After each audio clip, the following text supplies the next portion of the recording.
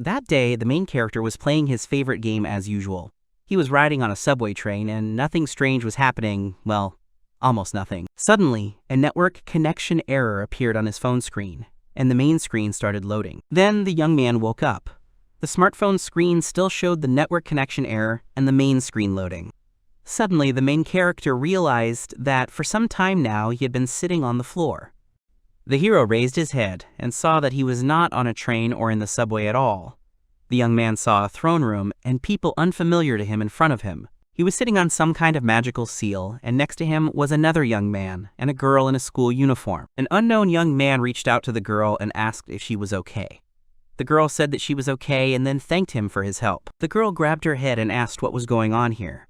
The main character turned his attention to the girl and the boy and thought that they had also been dragged in without explaining anything. The main character starts to get back on his feet and thinks that maybe he was just summoned to another world like in the manga or game. After some time, the king, sitting on the throne, greeted the brave heroes who had arrived. The main character thought that it was simply impossible that he had fallen into one of the biggest cliches in games. At this time, the man on the throne introduced himself as the king of this kingdom, Yosefroa Paisnot. And now his kingdom is in a difficult situation due to its proximity to the demon continent. So he turns to the brave heroes and says that they could defeat the demon lord for them. The protagonist thinks that the king is talking like an idiot, and he doesn't look like he's in any trouble. Then another person approaches them and asks to let him explain everything, but first if he could know their names. The main character says his name is Sakurai. The girl introduces herself as Takanashi, and the other boy is called Watanabe. The man is happy that their long dream of summoning heroes has finally come true. He calls the trio brave heroes and says that they believe that the three of them have the potential to become much stronger than ordinary people. As His Majesty just said, their kingdom is located right after the demon continent, and so they need them to become stronger and crush the demon lord. Sakurai smirked and asked if they really took him for a fool. The protagonist thinks that it seems that the other two do not particularly sympathize with the king either. The man turns to the brave heroes and asks them to open their status windows, so they will be convinced of their strength. Then there is an unexpected silence. The boys and girls look at each other and do not understand what is required of them. The man was surprised and said that it was very careless of him, because they had never seen a status window before. A man demonstrates how to properly open a status window and what to say at that moment. By simply saying the right command, they can see their current state. Sakurai sees that something has suddenly appeared. The main character realizes that this world is very similar to a game. His nerd blood just boils from this. He also gives the command to open the status window. The girl and the boy are surprised by his sudden action. They look at each other, nod at each other, and also use the command to open their status windows. Sakurai looks at the screen that appears. He was level 1 and his job was a priest. All of his stats were low and his recovery was a whopping 100 points. Sakurai had a support role. He smiled awkwardly and thought that this was the most imbalanced build he had ever seen. So he had 3 skills, one of which was the language skill. So that's why they can easily understand each other, despite the fact that they are from different worlds. In addition, there is also healing and regeneration. What can I say? These 2 skills are also very useful. And the fact that he has the job of a priest means that he is a healer. The man is surprised and says that he is a healer.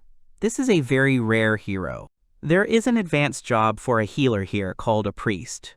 And the most impressive thing is that he can heal any injury no matter how serious it is. The young man smiled awkwardly. He simply showed how to aim out of habit, but if you think about it, in this world, aiming is the initial work before a priest. Okay, he thinks that for now he will say that his job is a healer. The girl says that her job is a sorcerer. The man says that this is wonderful and this is an advanced job for magicians. The young man says that his work is a hero. Everyone in the room is shocked. Mr. Watanabe really is a hero. Sakurai knows he sympathizes with him. It sounds like a big problem. But if he's being honest, out of the 3 of them, he's the least heroic. The man says there is one more thing. By leveling up, they can increase their stats as they please, so they should not forget about it. Watanabe asks if he can really raise them himself. He then asks if he can use the 50 points they have. He's not sure which stats he should raise. Sakurai looks at his status window. The man asks Watanabe if he still has his glasses. The man says it must be a gift from the gods because he is a hero. Usually they have to level up to get points. Sakurai understands that it's just like in games. That is, points can be used to level up attack, defense, magic, and recovery. Sakurai then apologizes and says what is the average value for the characteristics here. The man replies that it is usually around 20 to 30, depending on the person's job.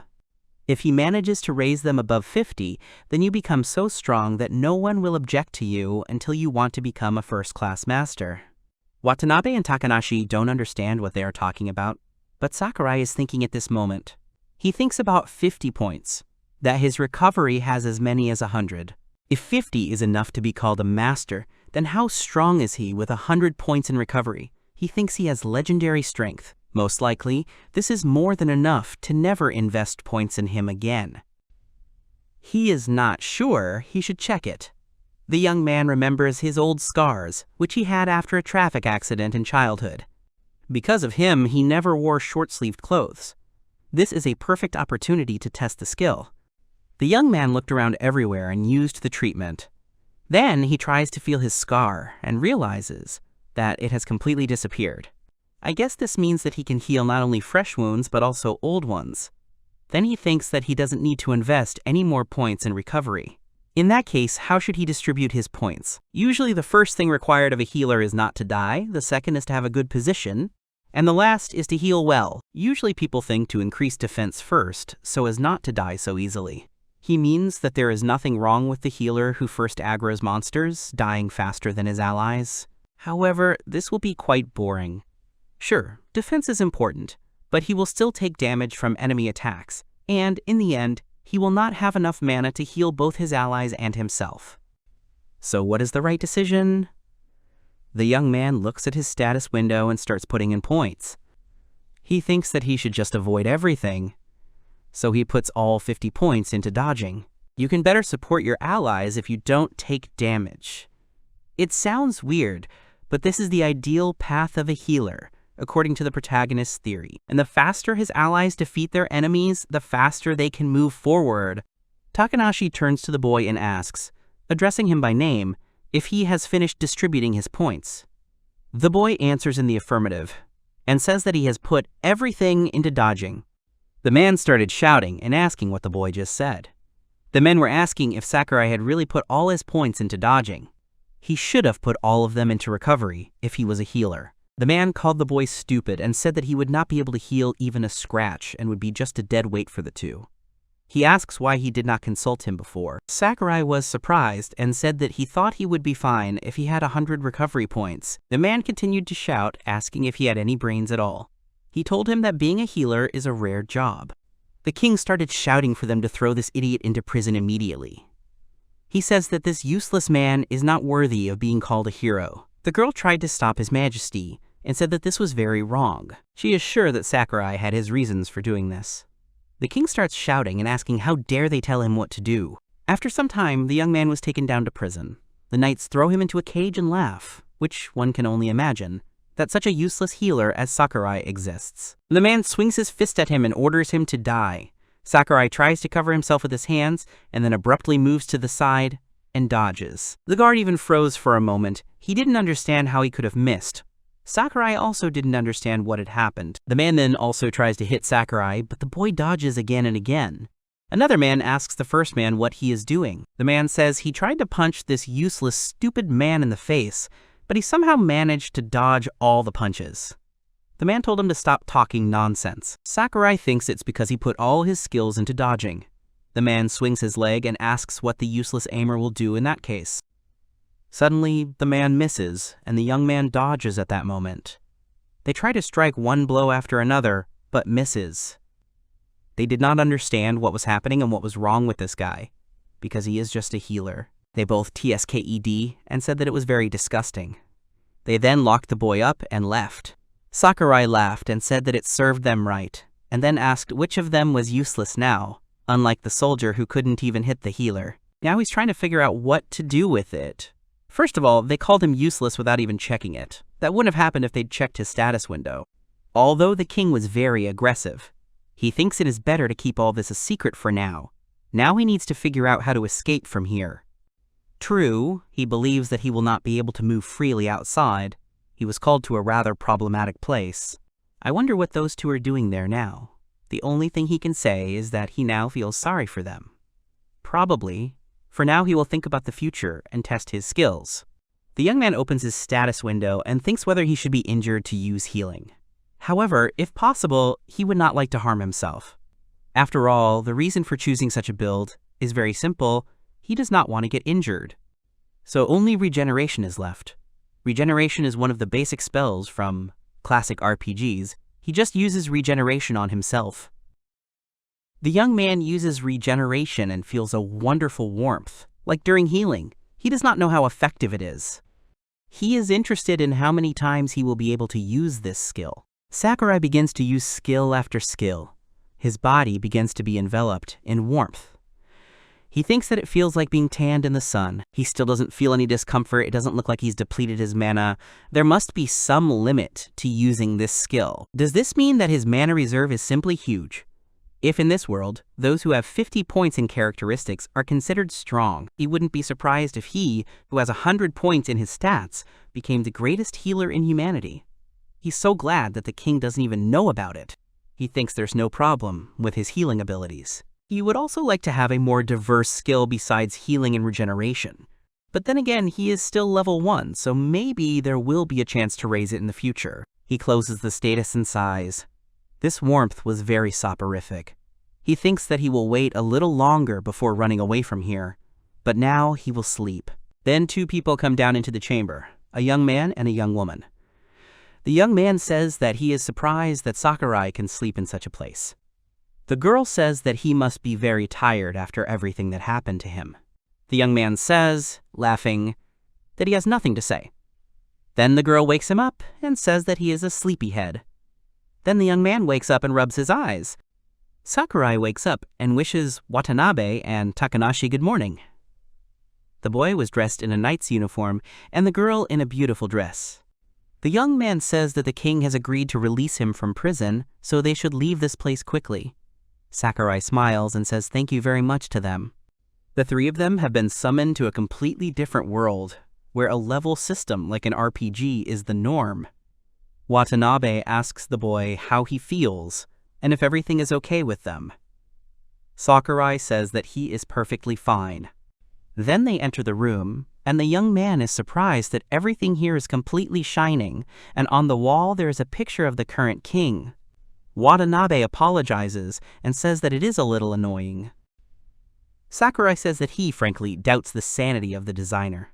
Watanabe suggests sitting down and discussing what they know at the moment. The young man says that if Sakurai is hungry, he can eat all this fruit. They were summoned to this world to defeat the evil demon lord, or so the people of this world said.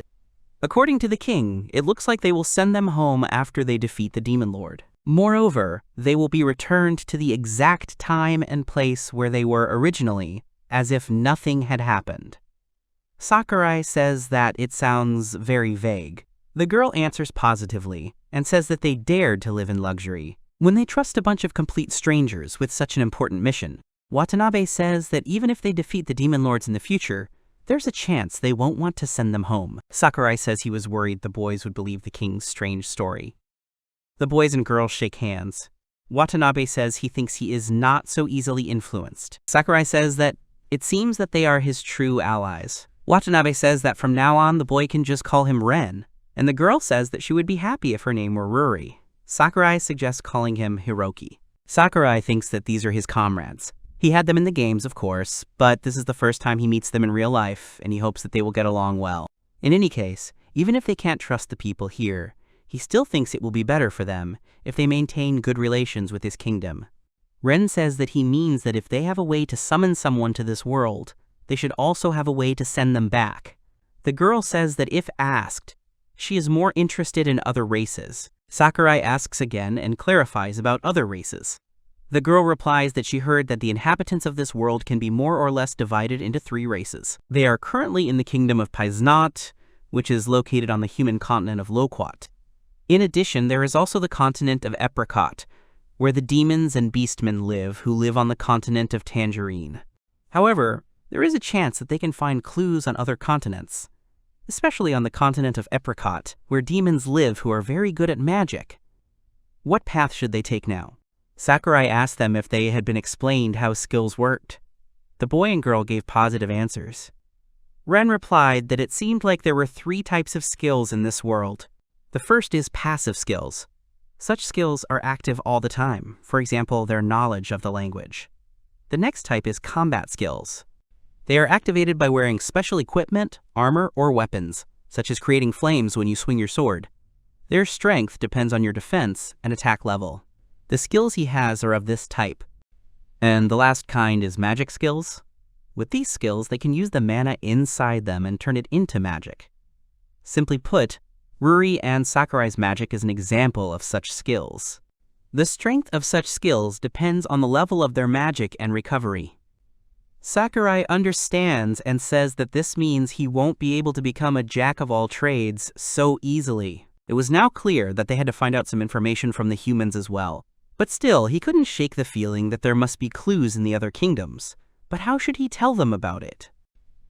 Ren says that they both plan to stay in this kingdom, so they want Hiroki. But before he can finish speaking, he asks the boy to forget about it. Sakurai says that this is what they should do. Sakurai says that he thought about it too, and he wants to say that there is no reason for all of them to stay here, so he wants to go outside to look for any clues. Ren asks if he'll definitely be okay. Sakurai says that there's no problem, since he's a healer with perfect evasion after all. Ren asks again about the healer with perfect evasion. Ruri says that now that he mentions it, that's really the reason he spent all his points on evasion. That's why he was thrown in jail. The girl says that they distributed their points as they usually do here, that is, knights and mages increase defense, a mage also increases magic, and a knight increases attack. Sakurai says that he imagined something like that. Ruri asks if the boy really knew such a thing, but then she asks why he spent all his points on dodging. The boy throws an apple and says that increasing evasion means you will be able to avoid any attacks. The apple falls straight but misses the boy's body. Ren and Ruri are surprised. Ren says that it makes him practically invincible. He says that it is really cleverly designed. Sakurai says that he is a good player after all. Ren and Ruri bow. Ren says that now he is absolutely sure that he is the perfect person for the mission. It will be full of dangers, but he completely relies on the boy. Sakurai says to just leave everything to him. To tell the truth, he is a little nervous about what will happen to him when he leaves this castle, but more than that, he can't wait to see the other world with his own eyes. Being a gamer to the core, of course it's troublesome, but he's still surprised that the king let him out of prison. Ren says that, speaking of this, to be honest, he did not want to tell the young man about it, but he thinks that he must hide something from his comrades. He shows him the bracelet. He says that it is a contract bracelet. The king promised them freedom of movement as long as he wears it. Sakurai is seriously scared and says that Ren is really playing a joke on him. He says that the young man is not free at all now. He asks what kind of contract the king made him sign. Ruri wants to say something, but Ren interrupts her. He laughs and says it's nothing serious, he just can't leave the kingdom without the king's permission. Sakurai gets angry and says it's just a curse. This king dares to treat the summoned hero as a pet, but the worst part is, it wouldn't have happened if he hadn't made such a rash decision. The young man says that he has no intention of apologizing or anything like that. He asks to just wait for him. He will definitely find a way to remove this damn bracelet. Ruri says that he is right. He should not forget about her. She will look for a way inside the kingdom. Ren thanks the people and says that he is really glad that the two of them were summoned with him. They then want to discuss how they will communicate with each other. Sakurai says that if they use their names when contacting each other, he means that the king only knows their last names, and that's it. Ren says that Sakurai is right, because they didn't say their full names. Ren says that in that case, the messages with their names must be traps. The girl says that Hiroki's things are located here. Besides, he should take their things too. He can sell them when he needs money. Ren says that he is going on a very dangerous adventure, and this is the last thing they can do for him. He asks to take his pen and notebook. The girl says that she gives him her mirror and handkerchief. Sakurai accepts the gifts and thanks them. He says that he will definitely bring good news. Ren tells Sakurai to take care of himself. After some time, the burden leaves the royal palace. He looks around and says that it looks just like the Middle Ages on Earth. It feels like he is literally in a classic RPG. It's already getting dark should he look for a hotel. But first he needs to get some money and, of course, information. He thinks he needs to find a store and sell things. He sees a lot of adventurers on the streets. He thinks about what he has to sell. He wouldn't want to sell the things Ren and Ruri gave him. Moreover, the battery on his phone will last as long as the power bank. He also remembers that he had 3 small chocolate bars. But there are only 3, so he doesn't think anyone will want to buy them. Does he notice a vegetable stall and thinks that maybe he can use them like that, but he needs to know more about it? He wonders if there are guilds in this world, like in RPGs. Something like a tavern or something like that. He turns around and tries to understand why the people around him are looking at him like that. Then he notices his clothes and thinks that they look rather strange and unusual. He thinks he needs to buy new clothes quickly. Healers and magicians usually wear robes, but he would prefer something that would be easy to move around in. Then the young man notices a sign. He tries to figure out where the Adventurers Guild is. Then he opens the status window. He realizes that his status bar is written in Japanese. It turns out that knowing the language doesn't work on text. He falls to his knees and realizes that the sudden end has happened at the very beginning. Then, someone approaches the young man and asks if everything is okay with him.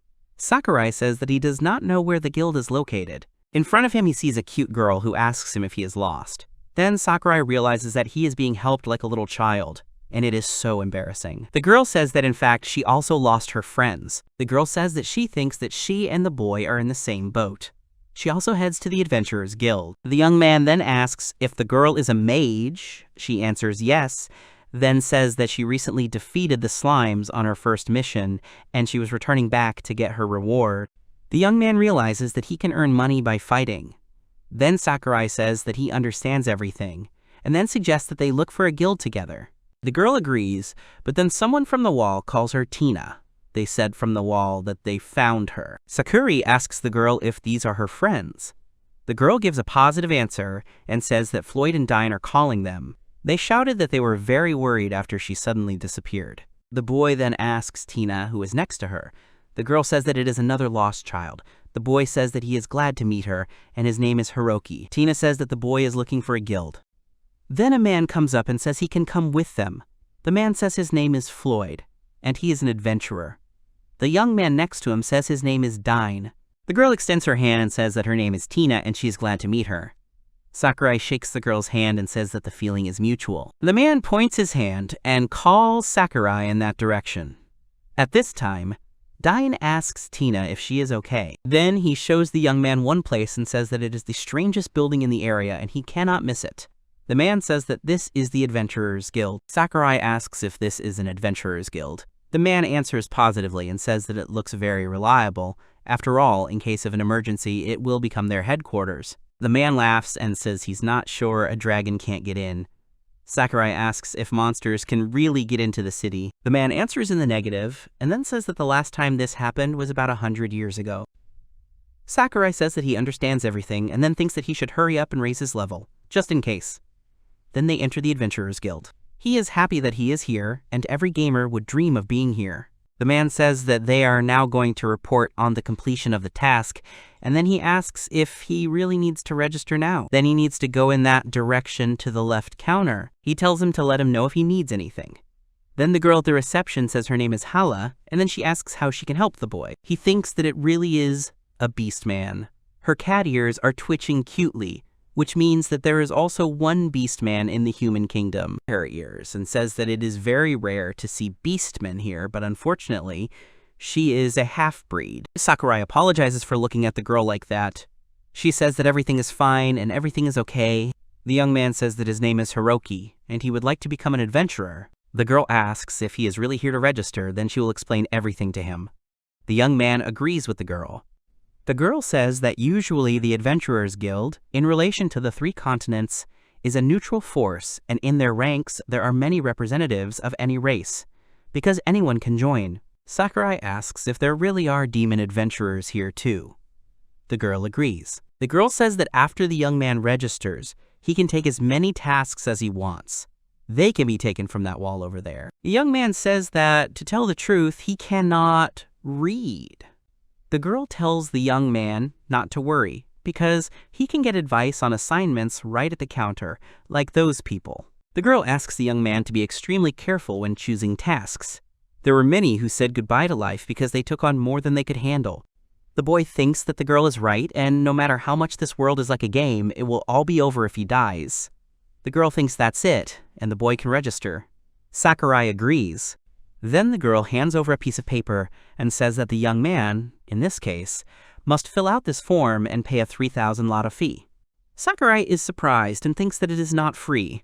The girl says that she forgot that the boy cannot read, and then asks if she can fill it all out for him. The boy thinks that he believes it will not be as easy as he imagined. He needs to come up with an excuse. The boy says that he has just left the village and has no money, so can he sell some of his things? She says that the guild will be happy to buy them.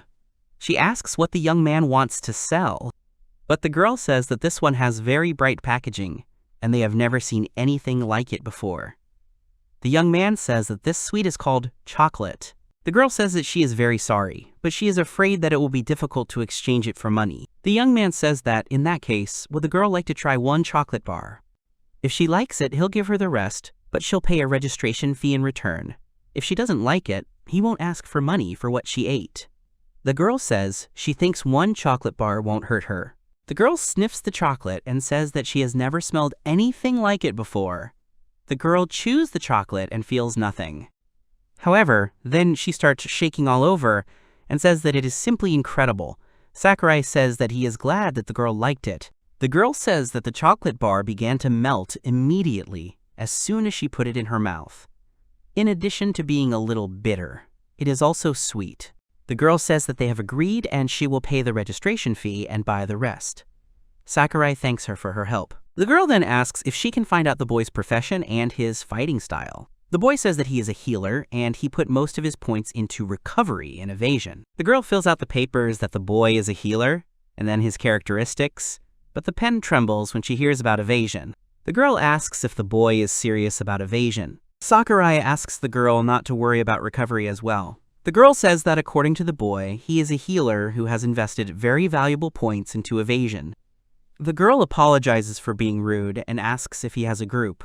The young man says that he is free. That is, one of the reasons why he came here was that he wanted to find allies. The girl says that then she is afraid that there is no one here who will want to take him into the group. The young man is surprised by this. The girl says, you see, healers who don't invest points in recovery are usually not very good as healers, and everyone knows it. Roughly speaking, no one needs them. The man says a healer with evasion is the best build he could come up with. The girl says he should probably leave while he can. The boy says he be registering. Then he clarifies and says whether he can find out from these people whether he can join them. The girl gives a positive answer. The boy says he will talk to everyone. The girl wishes him luck. The boy says that if possible he would like to go around the world, then he should join a really strong group. He apologizes and approaches the group. He says that he is currently looking for a team to join. He asks if they need a healer. The man says that the guy has a very rare profession. Then the young man thinks that they seem to like him, although this is not surprising since the healer is in great demand everywhere. The man says that would be great. He then asks the boy if he has any experience in fighting or working in a team. The boy says that he does not have any, but then asks not to worry and says that they will not have to protect him. The man asks what the boy wants to say. Sakurai says that he has a lot of points in evasion, and is confident that he will not receive any damage from attacks. The team freezes for a moment. The man apologizes for interrupting him and then says that he doesn't think the boy will join them. Sakurai is left alone. He thinks that if only they could understand the greatness of evasion. However, there is nothing to be done. He must simply find another team. After a while, he sees people sitting at a table. He introduces himself and says that he is a healer and is currently looking for a team. The man says that a healer is very cool. The girl adds that, as he could see, they consist only of vanguard fighters. The young man asks if he can join them. He thinks that this is another good meeting. The girl asks what skills the boy can use, because it would be great if he also had a shield. The boy realizes that he doesn't have a shield. The boy says that he's new, so right now he only has healing and regeneration. The girl sighs, and the boy thinks that they may have changed their minds. The man says that as long as he has treatment, he thinks that everything is fine. However, in that case, they need to change their formation. The young man says that it is not a problem. After all, he is a healer with evasion. This time, he is going to properly explain to them all the benefits of evasion. He says that since no attacks can harm a healer with evasion, there is no need to protect him, and even if he takes damage, he can be healed, so they don't need to worry. Suddenly, the man stands up with a bang. They leave, and the man asks the boy to look for someone else. The girl says that besides that, they need another useless member of the team. Suddenly, he notices the elf girl. He sees the huge luggage on the girl's back and thinks that it is too big to be carried by an archer. He thinks that this is who the girl was talking about when she called the team member useless. He assumed that, so he thinks that he will have to carry luggage for the other team, and maybe that's not bad. He forgot that he is not very strong. He thinks he was really confident if it's for show. He suggests that he find another team, that suddenly everyone started to disperse. Everyone has moved away from him, and the young man thinks that it is useless. Suddenly, the girl at the reception desk calls him and says that he can still cancel the registration if he wants. The boy asks the girl if he knows where to find monsters. The girl says that he can run into them outside the city or in a dungeon. The boy understands her words and says if the girl could tell him where the nearest dungeon is. He then asks her to pick a task for him that doesn't involve killing monsters, if possible. The girl says that there are several tasks she can give, but she wonders if he's really going to go alone. It's too dangerous. That is, there are very strong monsters there, which are called bosses. The young man tells the girl not to worry, because he will just look there and that's it. He says that he will be fine. The girl thinks there is one task that will be safe enough for a newbie.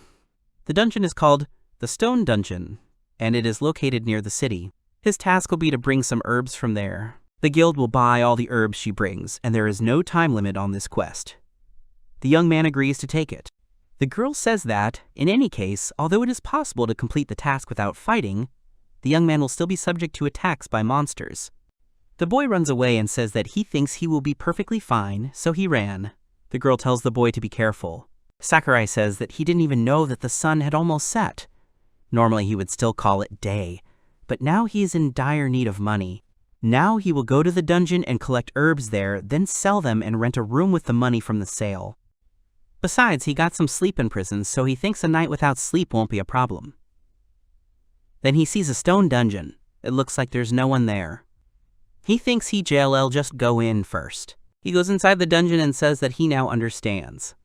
It is difficult to find other words to properly describe it other than a dungeon. He also notices that there is good lighting inside, but he does not see any monsters, and perhaps he will meet them if he goes further. There were many who lost their lives because they took more than they could handle. Since he doesn't think he can be resurrected, he should probably make a map of this place. The notebook he got from Ren comes in handy. He turns the corner and notices a small monster there. This monster is a slug. Suddenly, it starts attacking the boy, but misses as he dodges the attack. The boy thinks this is really cool because a healer with evasion is too easy. The slimes should be pretty small fish, so he can defeat one. He thinks he'll just try to attack it. Then the boy swings his leg and kicks the monster to the side.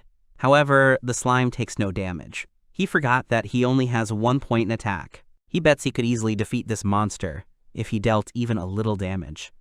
He should think more about his stats. He thinks he should give up on killing the slime now. He wonders if the slime will follow him as he walks around the dungeon. Suddenly, he notices 2 slugs and thinks that everything will be fine if he leaves them alone. He doubts that they will bother him while he is collecting herbs. He needs money for a room and also for clothes, so he needs a lot of money before he can start his adventures. He might have to carry tons of this weed, or he thinks he won't have enough. For a long time, the slugs continued to attack. His body itself avoids all attacks. He has already forgotten that they are attacking him. Then the young man sees a ladder, but for some reason the slugs do not go down after him. The boy asks if they really can't leave their floor. If the monster's movement is limited to their floor, it will be easier than he thought. Well, then he goes as deep as his dodge skill will allow. Then he is on the 2nd floor, where he is attacked by unknown creatures that look like mice. On the 3rd floor, he was attacked by wolf-like monsters. On the 8th floor, they began to attack in mixed groups. Then the young man finds the herb the girl had spoken of. She showed him a book of herbs and said that there were 2 kinds of herbs growing in the dungeon.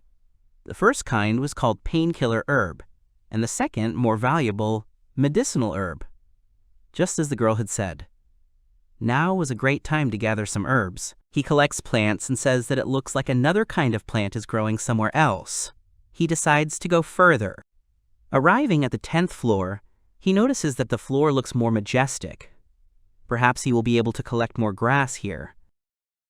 As soon as he said it, he found a medicinal herb and a whole bunch of it. He considers himself lucky. Suddenly, he hears a loud sound. The young man wonders, what was that? He asks himself what he should do, and whether he should run away or trust in evasion and go and see. Then he understands that he should not run away. But still, he should be more careful. Yes, he will convince only when he receives the first damage, but until then he will go forward. The young man looks out from behind the corner, and then fear is described on his face. He thinks that this monster is definitely on another level. He thinks that this monster is like a damn horned bear. He decides to take a risk and go straight to the bear. He starts to attack the boy. He thinks he knew he would encounter something like this the moment he chose dodge as his weapon. The monster makes a swing but misses. After several attacks, the young man continued to dodge. The monster did not understand why he could not hit. Sakurai says that it is definitely unexpected, or rather, he would never have thought that it would be easy. He cracks his neck and prepares to continue collecting herbs. Come to think of it, a bundle of medicinal herbs costs 1,000 lots. He thinks he will earn a lot from this easy task. However, he doubts that it would be as easy if he fought him. There should be 20 bundles of grass here, and that should be enough to rent a room. He thinks it's worth it. Then he looks up and sees 5 horned bears who couldn't understand why they couldn't hit the boy. He tries to run away and says that it is not funny anymore. Even if they can't hit him, it is still scary. Suddenly, the young man notices a door. He thinks that there is probably a treasure room there, or most likely it is the entrance to the boss room. He was already thinking about going back, but hadn't he already decided that he would go forward until he took damage? He thinks that he can easily deal with 5 bears, so he thinks the dungeon boss will be fine. At this time, the bears also continue to aim at his head. All is well, and the young man decides to enter the treasury. He opens the door and apologizes for the intrusion. He looks around the room and thinks that this room literally screams that this is the boss's room. He looks at the monster and realizes that this monster is an orc. Such monsters are the first to appear in games, but to see him as a boss like this is very scary. He is afraid and thinks that this is a scary situation and asks someone to give him a weapon with him. The monster strikes but misses. Doesn't understand why he missed. The boy starts laughing and jumping around this orc. He sings a song and calls him baby, and asks if he wants to win, and then asks him to come back when he grows up. The young man says that he is not really losing to him. Then he decides to see what they have here. Then the young man notices a passage. The orc, following the young man, gets stuck in a narrow passage. The young man thinks that it is probably unthinkable in this world to pass the boss room without defeating him. He opens the door and sees a chest there. The young man rejoices and says that this is a treasure chest. He sees a magic circle right behind the chest and thinks it's probably a teleporter. He approaches the chest and says that this is, after all, a beginner-level dungeon. He opens the chest and waits for the treasure. The young man sees a book inside. He thinks that it may be a magical grimoire, or maybe there is a record of a great adventurer inside. He opens it and realizes that the book is empty. He decides to check again and realizes that it is indeed empty. He starts to get angry and asks if they are joking. He thinks it is rubbish and asks for his expectations to be returned. Then the young man thinks to get himself together because this is a different world and maybe this book needs to be read in some special way. That is, in games, sometimes certain things are required in order to read a book, for example, to be the first to earn 4 medals. Anyway, now he'll just remove it. Well, now what should he do with the magic circle?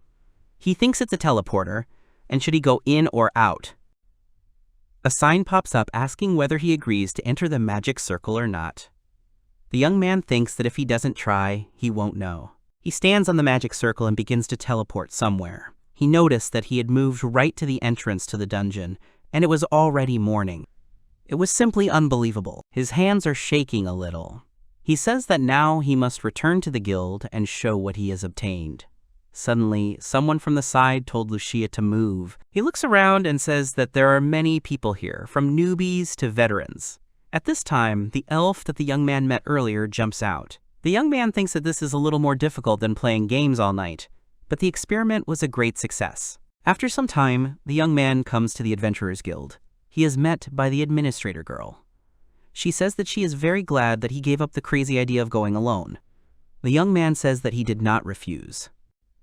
The girl says that then, probably, on the way he found a team and joined. The young man says that it is not quite so, and he is here to exchange it. He puts the grass he collected on the table. Suddenly, the girl administrator shouts and says that the young man has collected a lot of grass. Sakurai replies that this is indeed so. The girl asks if this is a medicinal herb, since it is incredibly difficult to obtain. Besides, it is of such perfect quality, as if the young man had not even fought. He says that this is because he really had not fought. The girl says that it seems that Sakurai found a really strong group. He says that he was alone, and he got this herb using his evasion. He understands, looking at the girl, that she did not understand anything at all, and his methods are really strange. After some time, after counting, the girl says that the young man has collected 20 bundles of medicinal herbs and 10 bundles of painkiller herbs. Altogether, it will cost 25,000 lots. The girl hands the boy a bag of money and he thanks her. The boy thinks that with this, he will be able to buy things. He rubs his face against his money. He also says that the young man has something interesting that might interest her. The girl asks what it is. The young man says that he found an empty book in the treasury. The girl doesn't understand anything. The young man shows her a book and says that its pages are just blank. The young man asks her. He wonders if she is speechless because it is just garbage. He also thought it was just garbage. The girl starts to tremble and says that this simply cannot be.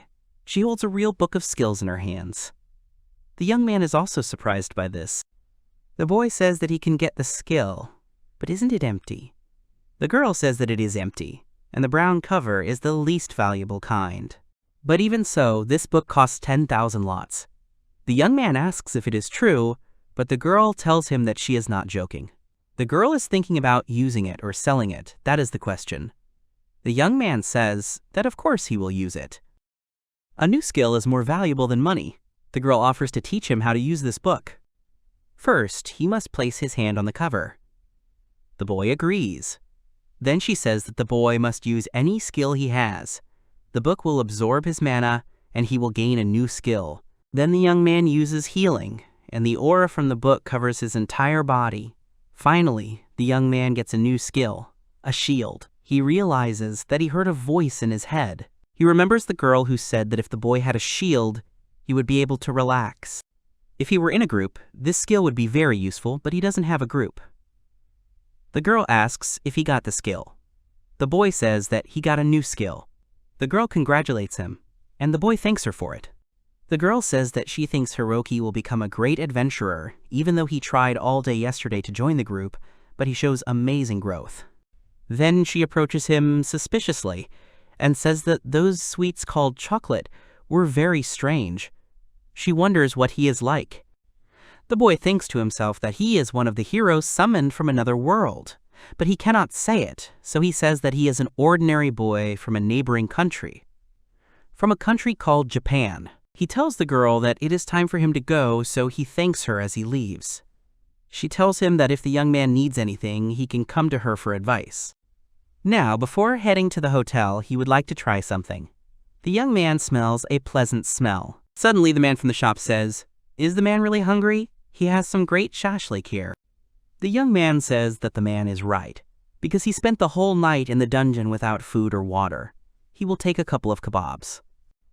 The man says that one shashlik costs 300 lata. The young man says that he will take 3 pieces. The young man begins to gobble up the juicy pieces of meat. He tells the man that these spices bring out the taste of the meat perfectly. This food is simply delicious. The man laughs and says that he is right. Then he looks around the street and thinks that this place looks like a market. He also asks for juice from another ant and buys it for 300 lots. Then the young man sits down by the fountain and thinks that he needs to rest a little. Then the young man looks around at the people and remembers the words of the guild administrator girl, who said that almost everyone here is human. She said there aren't many beastmen here, but he thinks it's because this is a human kingdom. He wonders if the other kingdoms really have mixed populations too. The young man smiles and thinks that he is in another world, so he wants to know more about its population. He wonders if there are high elves here. Although, if you think about it, that girl who was carrying a huge amount of things was an elf, although he doubts it. If he met her again, he would definitely determine this. Now he decides to open the status. The young man really sees a new skill. He wants to test it, so he decides to move away from the city. The young man then returns to the drink vendor to return the mug and thanks her. The other woman says to the young man that his clothes are rather unusual. The young man looks at his t-shirt and says that these clothes are from his homeland, but he himself thinks that he needs to buy new clothes. He approaches the woman and asks if she has any simple clothes. The woman answers yes. She says that the boy is still young, so these clothes will suit him. He looks at the clothes and thinks that the fabric seems thin, but he will use it for leisure. Then the young man says that he would like to buy another bag. The woman says that altogether it will be 2,800 lots. After some time, the young man decides to test his skills. He goes outside the city and sees a slug in front of him. He thinks that this is great, and slugs are just right. The young man thinks that they have not changed, and are still just as cheerful. He wants to make pets out of them. The young man then uses his new shield skill, and a layer of light appears around his body. He invites the slimes to all admire his shield. The slime attacks, but the monsters miss. It turns out that he always dodges and can't test the shield. He wonders if the shield will be of any use. He can't go home like this while he's glowing. He thinks that the shield will work until an enemy hits it. He wonders if there is someone stronger here. The young man hears a sound and thinks that there are newbies there. He sees a young man and a girl and realizes that they are Tina and Dine. He wonders what to do with Floyd. At this moment, it doesn't look like he is anywhere nearby. Dine attacks with a sword but misses, and the girl uses fire magic. Sakurai thinks that they are just training. It seems to him that they are trying to raise their levels. But do they really need to put in so much effort?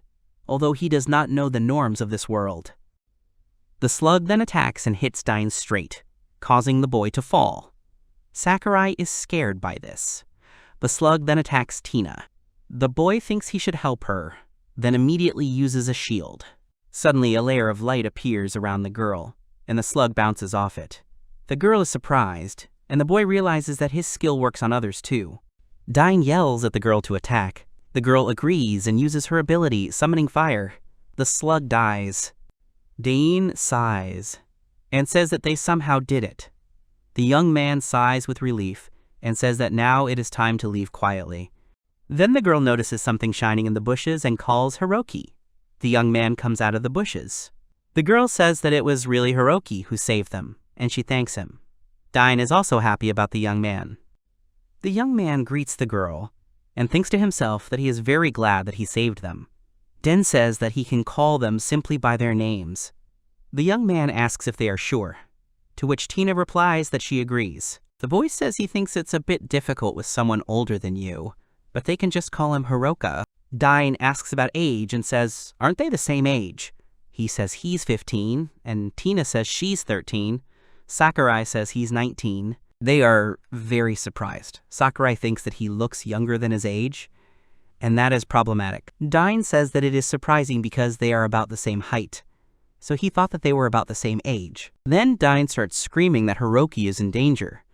There were several slugs near the boy. Tina screams that there are 3 slugs with him, and Dine asks him why he is standing there and not running away or defending himself. Hiroki says that he will be fine. At this point, Dine shouts for him to turn around. However, the slug misses. Dine and Tina are surprised by what they just saw. They wonder if the slug actually missed. Sakurai says that it actually dodged. Dine says that its body is definitely swaying. But is it really dodging? The boy says that it is. The young man says that, thanks to this, he even received a skill book. Diane asks if this was really possible. The young man is embarrassed and asks if they could help him kill them. He lacks strength and this irritates him a little. Diane comes to his senses and agrees. Hiroki says that this is wonderful, and if they kill them, they will help him a lot. After some time, Dine and Tina help Hiroki deal with the slimes. As he thought, being in a group is great. He wants to quickly form his own group. Finally, they dealt with all the slimes. Sakurai said that he was glad that he met them. He was sad because he couldn't hit them at all. Dynan and Tina were tired. The young man said that it was not a problem. Tina said that she ran out of mana. The young man asked the girl how she was and said that he would heal her now. Tina said that she was fine and did not receive a scratch, and all thanks to his shield. She was just a little tired because she spent all her mana. The young man thought that if you use many skills or spells, you will get tired. Then he suggests that they rest a little. Sakurai says that using the shield is a bit of a hassle, because as soon as he activates it, it starts glowing. Tina replies that maybe he used it in a hurry and forgot to set it up. The boy asks about the setting, and Tina replies that in her case, she can control the power of her spells by the amount of mana spent on using them. The boy asks what about his shield. The girl says that usually the shield protects from 5 blows, but by reducing the number of blows, the strength of the shield can be increased. The young man understands and thinks that he should try. He should imagine a shield protecting him and Tina. A shield for 5 hits, but not shining. He uses the shield, and suddenly the glow disappears. He realizes that the glow has really disappeared. The girl asks if everything is okay if he protects her with the shield too. The young man asks what is wrong. The girl says that the shield's power will simply be distributed between the two of them. Sakurai says that in that case there is no problem. Dane says that the boy is very strange. Sakurai asks why, and Dane replies that he is much stronger than them, but nevertheless he does not know basic things. The boy yawns and confirms Dane's words. The boy says that it is the widest yawn he has ever seen. The boy says that he has not slept at all since yesterday. Sakurai says that after that he thought about going to look for an inn. Dane says that he advises him to stay at the Shooting Star Inn. It has clean rooms and, more importantly, excellent food. He says they are staying there too. Floyd's probably still asleep from his drinking. He quotes the poster child for a hopeless adult. Sakurai then says that this is great and then asks why they continue to sit here. He suggests that they go to the hotel. The young man tells Tina to climb on his back and he will carry her. The girl starts to get embarrassed and says that she is completely fine and they wanted to hunt a little more. The young man says that the girl ran out of magic. Tina says that while they were resting, she recovered a little. The young man says that in that case he will go first. He suggests that they meet at the hotel. Tina says that they will see each other. After a while, Dine says that Hiroki is simply incredible. The girl says that he is. She has never seen anyone fight like that. Sometime later, near the Falling Star Inn, Tina and Dine return in the evening, and the next morning, Floyd takes them on an adventure. At this time, the young man wakes up. He goes downstairs and says good morning to everyone. The woman who was clearing away the dishes said that she was sure that the young man slept like a log. Sakurai says he is sure he fell asleep in the morning, but then why is it still noon? The woman says that in fact he slept all day. The young man says that he should have guessed, and it is not surprising that his body is full of strength. The woman says that the young man must have been very tired yesterday. The woman brings the boy his free breakfast. Sakurai says he looks delicious. He starts eating his breakfast and says it's absolutely delicious and he's never eaten anything like it. The woman asks if he's really Floyd's friend. The young man agrees and says that they are very kind to him. The woman says that this is not surprising because Floyd is quite annoying. The young man asks if Floyd's group really stayed at this hotel. The woman says that they are private guests at the hotel, but unfortunately they have recently left. She has heard that the young man is a newcomer. She gives him another dish and says that it is on the house. The woman tells the young man not to be shy, and if he is unsure of anything, he can turn to her. She will do everything possible to help. The young man thanks her. In this case, the young man asks if there is a store nearby that sells equipment. The girl says that she knows one excellent store very well. She asks to give her a minute to draw him a map. The young man eats the dessert and says that it is simply wonderful and that he will be shown a great store. Then he comes to the store and says that the building looks very good and has proven itself to be excellent. The young man goes inside. He says that everything inside also looks quite exquisite, and besides, the goods here are also very attractive. A man meets him and the young man is very surprised that the man is a gnome. The man says that the young man has a strange outfit. He sees an adventurer and asks what class the young man is. The young man says he is a healer, and the man shows him the robes and which way they are. Sakurai smiles and says that he is looking for comfortable clothes that will be comfortable for dodging. The man asks why he is looking for such a thing. The boy says that it is because he has put all his points into dodging. In fact, he thinks that a healer who can dodge any attack is the best. He asks if the man thinks so. The man says that the boy is really very strange, but unfortunately, no team wants to accept him, and he really thought it was a great idea. The man is ready to bet that the young man made the biggest mistake of his life. The man says that the young man had to play around with his characteristics like that. He thinks that the young man should forget about becoming an adventurer. Sakurai denies and says that he does not regret at all that he spent everything on evasion. The man asks what, even though no team will accept him, and what he will achieve alone. The young man says he doesn't care if he's alone, he seems to have prepared himself for the worst. The man says he was sure he would one day meet someone who would understand him. The old man will root for the young man. Just like them, the monsters will only become stronger and stronger. They will adapt, and when they meet heavily armored adventurers, they will fight even more fiercely. However, he doubts that there are many monsters that can stand up to agile adventurers. The youth believes that this is true. Even if you are a high-level adventurer, if you do not invest points, your evasion will always be one. The young man is very glad that the old gunsmith agrees with him. The man says that it will not be easy for him to find a team, however. The young man knows. Then the man asks the young man how much money he has. He says that he has something around 15,000 latas. The man says that this will only be enough for some non-enchanted equipment. For enchanted items, at least 50,000 lots are needed. The young man asks about enchanted items and asks if this is the equipment that increases your stats, like the one they use for forging. The man says that it is so. He asks the young man if he knows that they, the gnomes, are the best at blacksmithing.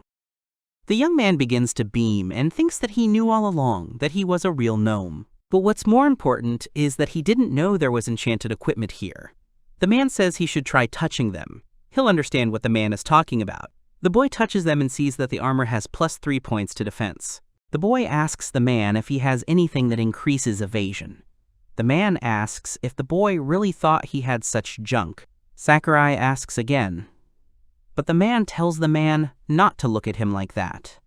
The man says it's too early to give up. If there's no such thing here, he'll just do it for him on purpose. The young man says that he understands, and then he will earn some money. He asks the man if this will suit him. The man says he doesn't mind. The young man thanks the man and asks if he needs 50,000 lots. The man tries to grab the boy and stop him, but misses. The boy turns around. The man says that he has enough money for unenchanted equipment, so he suggests that he go and choose it. He will be able to enchant him for evasion later, when the young man has saved up money. He calls him to follow him. The young man agrees. He shows him different equipment and asks if he likes it. The boy asks if the man really made it himself. The man says his niece made the gear. They often argue because they disagree on whether design or functionality should be prioritized. The young man notices the suit and asks the man how much it will cost. The man says that it actually costs more than 15,000 latas, but he will give him a discount. The young man is happy. He offers the young man to try it on. He puts it on and says that it looks like it was tailored for him. The man laughs and says that the young man doesn't look like a healer at all. The boy says he is sorry, but he has no desire to lie about his class. However, again, he pretends to be a healer when he is actually a priest. Then he thanks the man for everything. He says that he will go and collect more herbs, so that soon he will have money. The man asks about the herbs, and then clarifies whether the young man is collecting them in the slime cave. Sakurai clarifies about the slime cave. The man is surprised that the young man did not know about it. It's a dungeon where there's nothing but slugs, but there are also lots of different herbs growing there. The boy says it sounds like there's a gold mine there. The man says that everyone thinks so at first, but the slugs attack in such numbers that there is no time left to collect herbs. The young man says, that sounds interesting. He asks the man to tell him where exactly this dungeon is. He says that, of course, he will tell him, but asks him not to tempt fate. At least once a year, some newcomers die there. The young man is surprised by this. to which the man says that he had better give up on this idea. The young man says that he will be fine and he is confident in his evasion. The man says that the man is indeed confident in himself. In any case, he should collect herbs only near the entrance. He gives the man money, and the man thanks the young man for his purchase. Then the man notices the jewelry. The man asks if he is also interested in accessories. The young man denies this, and then asks if the man by any chance has accessories for concluding contracts. The man apologizes and says that it is incredibly difficult to find something like that here. The young man says that he is simply looking for a way to break such a contract. The man apologizes and says that he has never heard of such a thing. The young man, with a sad expression on his face, thanks him for his help, and then says that in that case he will go to the slug cave. The man asks him not to forget his advice, and not to even think about going inside the cave. Then the young man notices the signs, and most likely, these signs are warning signs, although he does not know what is written there. He thanks the people, and so with their help he can easily find the cave. True, there are a lot of them. Then he sees a mountain and assumes that the cave is here, but it doesn't look dangerous at all. Then they see wild animals drinking water from the river, and there were slugs splashing in the water nearby. The young man says that it is very visible. Then he turns around and says that it is time to go inside. He enters the slime cave on the first floor and says that he immediately found several slimes. The slimes begin to attack the young man, but miss. They do not understand why their attack did not work. Meanwhile, the young man went further. He looks around the area and says that this cave is really full of herbs. He starts collecting herbs and says that the dwarf man didn't lie, and this really is the best place to collect herbs. He also didn't lie about the number of slimes. He looks around and sees that there are already 5 slimes. They were jumping around him and trying to attack. He rubs his chin and says that anyway, except for the painkiller herb, he couldn't find anything on this floor. He wonders if he should go down. The young man remembers the words of the man who told him to collect grass only near the entrance. The hero really wants to keep his promise, but here he will not be able to achieve great success. To enchant the armor, he needs 50,000 lots, and although he has already paid for a night at the inn, he does not have enough money for another day. There is no way he can earn that kind of money by collecting only painkiller herbs. Despite the fact that he bought these clothes at a very good price, he doesn't have a penny to his name right now. The young man looks at his bag where the money should be, but it's already empty. In other words, he has no choice but to go down to the floor with the healing herb. Luckily, the slimes can't follow him to the next floor. Therefore, he will go down to the floor with the medicinal herb and collect the herb that is located next to the stairs. In any case, he needs to find the stairs as soon as possible, but suddenly in a short time there are already 10 of them, and it is starting to get annoying. Ahead, the young man notices another large group of slimes. He realizes that there are many more of them than he expected. Including those already near him, there will be about 20 of them. He won't be surprised if with that many slimes he can't dodge. However, he has no choice but to go further, because now the most important thing for him is to earn money. Finally, he found the stairs. He thinks that finding her was not so difficult. Suddenly the young man stopped and thought that he still does not know the limits of his evasion. Although he could dodge the attacks of the boss in the stone dungeon, he still doesn't know how good he is. He can dodge. The young man is surrounded by a huge number of slimes, which cannot harm him in any way, or even hit him. He says now is the perfect time to find out. Besides, he wants to know exactly how many slimes he can dodge. It's time to experiment. He understands that he should try not to stray too far from the stairs. He also wonders where slimes come from in the first place. If they are slimes, then could it be that they are capable of simply dividing infinitely? Then he thinks about how they are even now reproducing by division. Then he notices how everything around him started to blur. He wonders why. Then he suggests that it might be because of the shield. He remembers how Tina told him that usually the shield protects from 5 hits, but by reducing the number of hits, you can increase the strength of the shield. So the shield is still active, even though he cast it on himself yesterday or even the day before. But what's more important is that his shield has activated, which means he can't dodge anymore, and that's the limit. There are about 30 slimes here, and it looks like it won't be that easy to dodge them all. Besides, he doesn't want to end up like those adventurers the dwarf told him about. Now it's time to finish the experiment. He doesn't have time to finish speaking, before he decides to turn around and sees a huge number of slimes. The young man is very scared. There was an unrealistically large number of slimes behind him. They began to attack the young man, and it turned out that his dodge did not work. The young man began to feel pain. The slime's attacks are stronger than he imagined. The boy uses healing and a shield, and then runs straight to the stairs. He has to get out of here. He turns around and can't understand how many slimes have gathered here. Although they are very cute, he is absolutely sure that the sound of slimes will give him nightmares. He runs up to the stairs and jumps down onto the steps. Slimes can't get down onto steps. The young man sits down on the steps and tries to catch his breath. He was very scared. He thinks that now he knows what the limit of his dodge is. Still, he shouldn't have underestimated the slimes, but instead he accidentally created a whole cave full of slimes.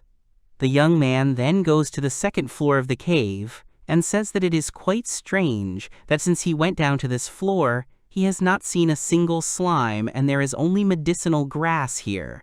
He then hears a sound typical of slimes and says that he finally came across them, but then he notices a slime that has a rather strange appearance. He realizes that the slime looks different somehow. He tries to figure out if it's ears or arms. Suddenly the slime jumps up. The young man realizes that it's wings. He realizes that this slime is very cute. Then the boy sees that the slime is very tense, and he realizes that the monster is using a skill. The young man is surprised by this, and then something hits him from above. The young man tries to jump back, but he realizes that he cannot move. He gets scared and thinks that he is now paralyzed. The young man falls in the position in which he fell and decides to use the healing skill, but it turns out that the skill does not remove the paralysis effect. It looks like a different spell is needed to remove debuffs. When he comes to town, I'll definitely need to buy something for that. The boy tries to understand what such a strong slime is doing on the second floor. Then suddenly, the slime starts to attack. He tries to keep his calm, because his shield is still activated. Suddenly, the slime attacks. Suddenly, the slime misses, and the boy tries to understand what happened. He thought that because of the debuff, his body would not move even a millimeter. He could not imagine that evasion would be activated even in such a case. For some reason, the boy feels like a tree dancing left and right from a light breeze. He thinks about how strong his dodge is. The slime starts to attack, but the boy dodges while lying down.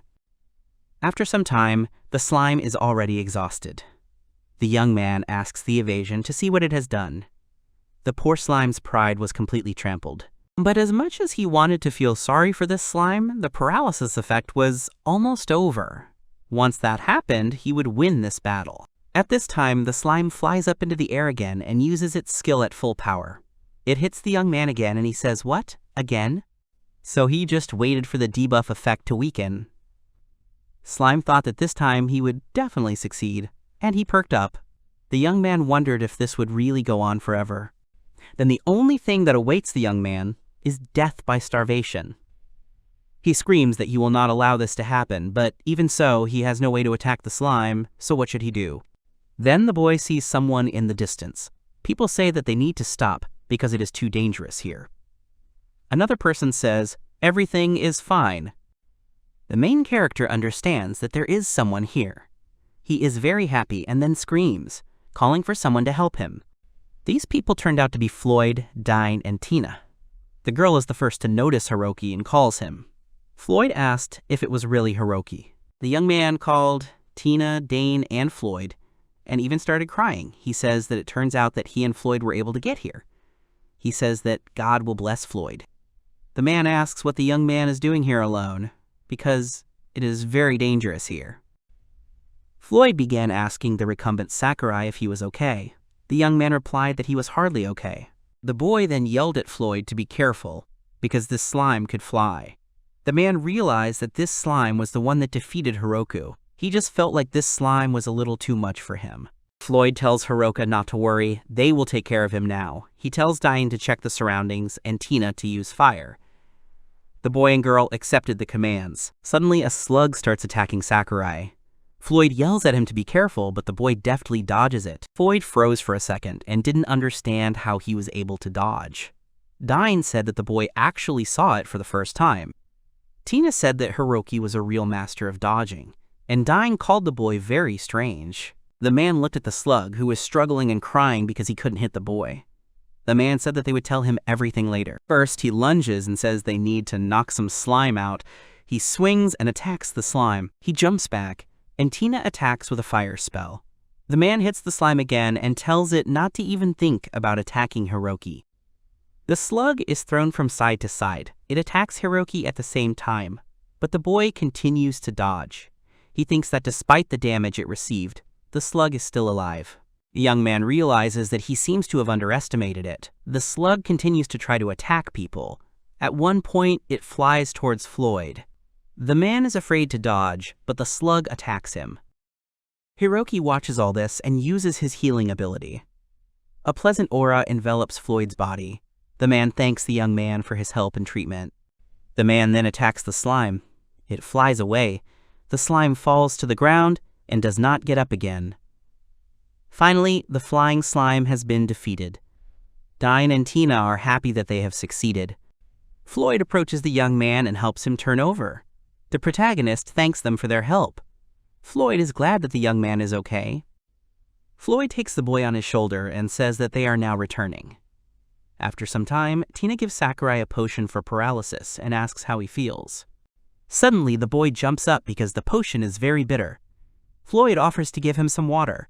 The boy laughs and thanks the guys for their help. Dine says that since the boy jumps up so much, everything is fine with him. Anyway, he is incredibly happy to see them all, because he already thought that he would die there. Tina says that Dane really wanted to go to the lower floors, although she was very scared, but she is still glad that they went here. Sakurai turns to Dine and thanks him. The boy replies that he did nothing in that battle, but Sakurai says that Dine was very useful. Sakurai says that this cave is a very dangerous place, so why did they come here? Dine asks if the boy knew that the lower levels of this cave are the perfect place to train in fighting multiple opponents. Sakurai remembers that the slimes just above are incredible. Floyd asks about it. Then they look at the top of the stairs, and there are a huge number of slimes that can't get any further up the stairs. The boy apologizes to Floyd, Dana, and Tina, and says that while he was running away, these guys continued to chase him, but they must have gotten here first. Dine is very surprised by this. Floyd asks why he didn't just kill them, and also, he moved weirdly when he dodged the slimes. Dine says that Hiroki can dodge almost any attack, but he can't deal any damage. Floyd is surprised by all this. He asks the boy if he really came to such a dangerous place, despite the fact that he can't kill anyone. He starts laughing really hard at Sakurai. The boy asks what else he could do, since no one would take him on their team after he told them that he put all his points into dodging. He continues to laugh and says it's too funny. Tina says Floyd laughs too loudly. Dine points to the pile of slimes and asks if it doesn't look like a slime buffet. Floyd also looks at them and says that maybe as long as they stand on the stairs they can't attack them, but there are quite a few of them there.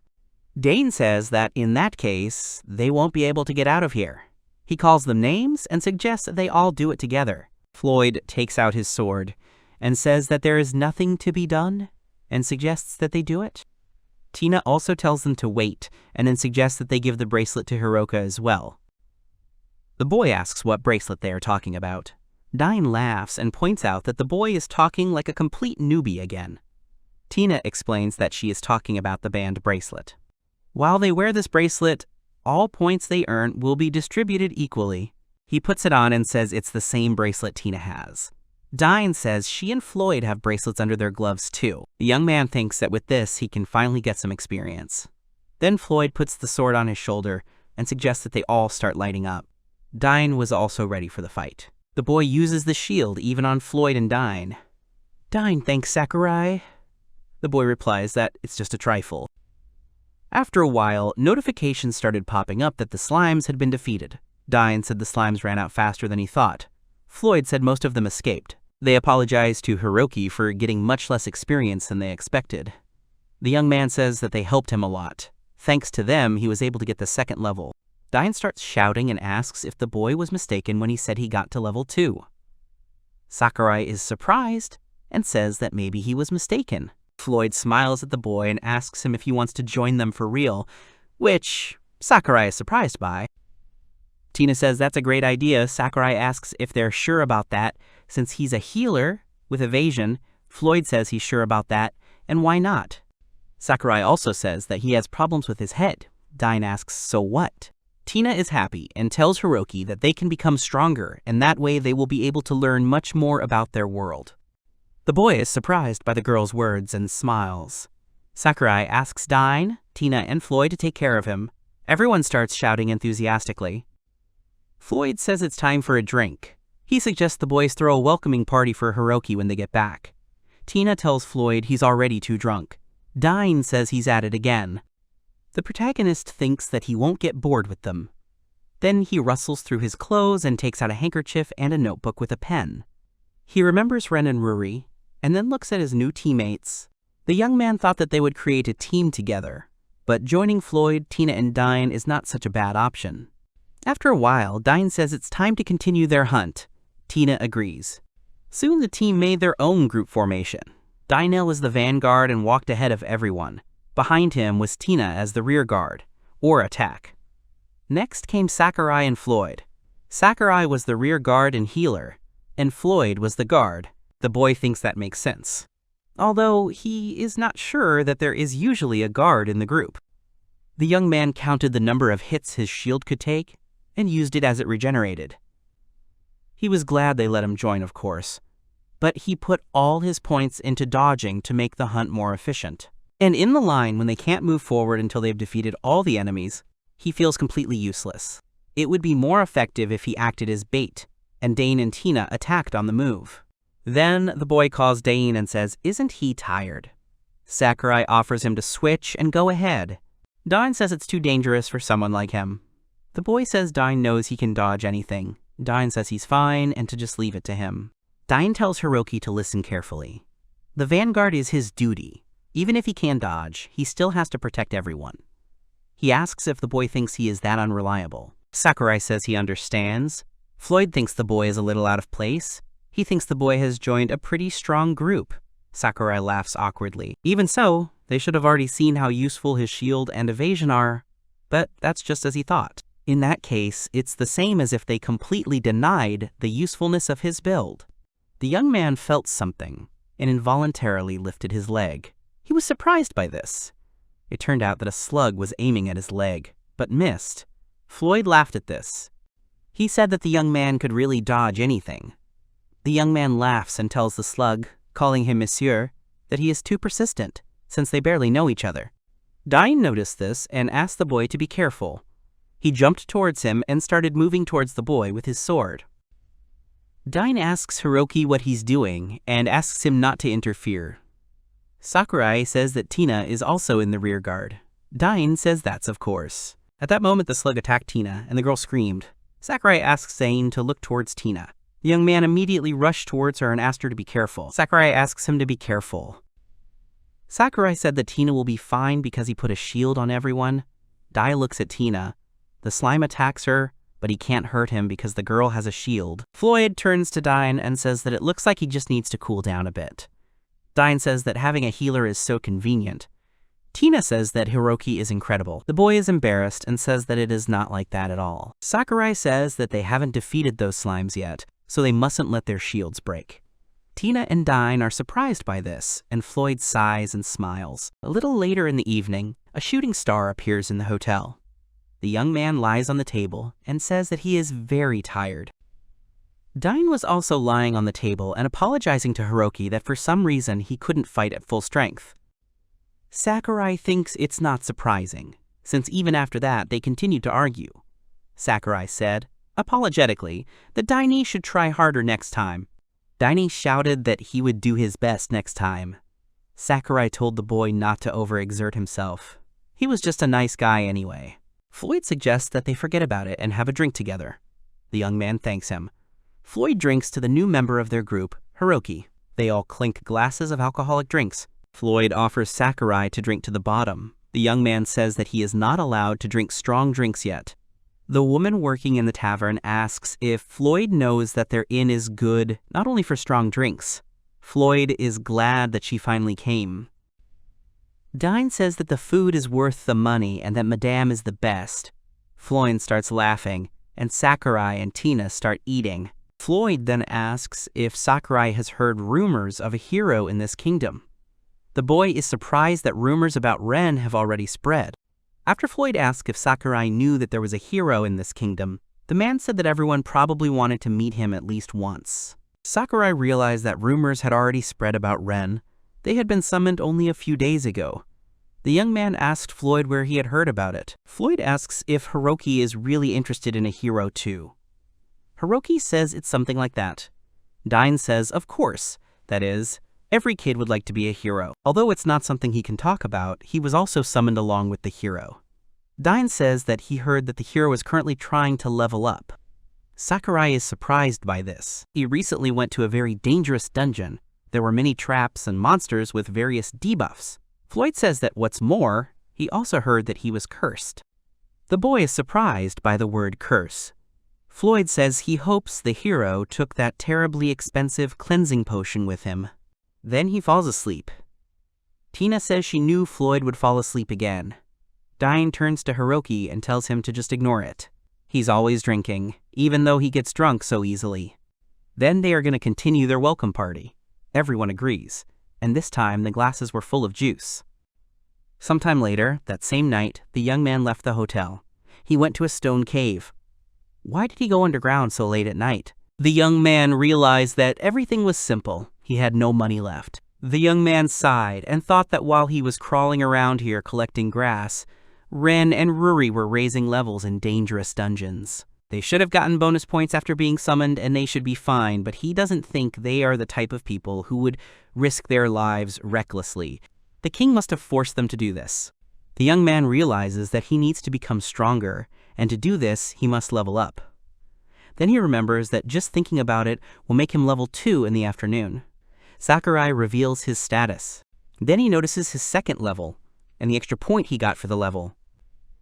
Now he realizes that it's no surprise that healers who spend points on anything other than healing are just trash. Usually, before getting the master rank, everyone focuses on one skill, but to get it, you need to put 50 points into the skill. Perhaps the male gnome was encouraging his fellow stubborn human, not the healer with evasion. He is very glad that he did not tell anyone about his characteristics. They would probably start to perceive him as some kind of monster, since evasion and recovery together give 150 points. He thinks that it is worth increasing evasion again. The next morning, the boy returns to the hotel and sees Floyd there, who has a splitting headache from the day before. He apologizes to the boy and says that he is out for the day. Dine says good morning to the boys. Floyd walked up the stairs saying he would leave everything to Dine. Sakurai says that Floyd looks really bad, maybe he should get some help. Dine says that it's okay, he's always like this, so he suggests they get out of here. Tina approaches the protagonist and asks if everything is okay with him. The young man asks what the girl means. Tina asks if the young man had a good rest last night. Sakurai laughs and thinks that there is no sleep for a minute. He then asks if they should go to the guild first. Dine says that everything is fine, and they still need to take a couple of quests. After a while, they arrive at the Capitals Guild. The girl at the reception desk says that Sakurai's grass is of excellent quality as always. She then asks if the young man has seen the notice board, and says that a message was left for him there. The young man asks what message the girl is talking about. She confirms and says that it was left by a certain Ruri. The young man remembers the girl, and that they agreed to give their names. Ruri is a high school girl who was summoned to this world, along with the protagonist. Ruri is a true lady, so she and Ren decided to protect her. The girl at the reception desk reads the letter. The girl calls Hiroki dear, and says that she will wait for him in 2 days at the plum bar. Since the message was left yesterday, the meeting should take place tomorrow night. Come to think of it, she asks for a meeting so soon, so what bad happened? Tina asked the young man if he was ready to go. The young man said that he was already on his way. After some time, the group arrived at a stone cave. Tina said that this was their first time going underground without Floyd. Dine said that everything would be fine with them, because Hiroki was there. The young man apologizes and says that he is not that good. The boy uses the shield, placing it on Tina and Dine. Dine thanks the protagonist for protecting him. The young man says that although he was here at night, he went here again. He decides to mark this place on the map, but suddenly he is surprised by something. He saw some path and realized that it was the shortest way to the stairs. Suddenly, Dane says that he found something. Then they come to the stairs on the second floor. Tina says that they can't go there because it's too dangerous to go to the second floor alone. Dan says that he thinks everything is fine, and besides, shouldn't they practice yesterday's formation? The boy is surprised by his words. He smiles and says that in that case they will do it. Tina says that Hiroki is in the same boat. Dine says that this is all great and then suggests that they go ahead. On the second floor, they met the mice that the protagonist had already met on the floor. Dine attacked, and notifications appeared that the wild rat had been defeated. At this time, the young man notices that one of the wild rats is heading straight for Tina and Sakurai. He clicks his tongue and at this moment dodges one of the mice. At this time, the mouse that attacked Sakurai failed to hit the young man and missed. Tina used fire magic and attacked the enemy. Sakurai said that Dine and Tina are doing well. They are slowly but surely honing their teamwork, so he is confident that they will become a great team in the future. Dine tells Hiroki that they will advance after killing all the enemies. He asks if he understands correctly. A notification comes that all the rats have been defeated. Sakurai says that Dine was simply magnificent. Suddenly, Dine notices that the mice dropped a quest item. Suddenly, a man walks by and yells at Lucia to get her legs here faster. Dane, Tina, and Sakurai turned their attention to them. The man approached the boy and said, "Isn't he the healer who approached them earlier?" Sakurai greets him. The man says that he was able to find a team for himself after all, so much the better for him. He then looks at Dine, Tina, and Sakurai. Then he says that they are going to the lower floors, but what about them? A girl comes up to him and tells him to stop teasing the poor boy. Then an elf approaches them with a lot of luggage. They leave, and the girl says that they will see each other on the next floor if they don't chicken out. The young man recognizes the girl as a real elf. Sakurai's acquaintances leave. Dine and Tina ask if Hiroki really knows them. The young man replies that it's not that they know each other, they just exchanged a few words in the guild. Tina said it was a strong team. Dine says nothing special, but they are just a bunch of stupid people. They spent the entire day on the second floor hunting rats.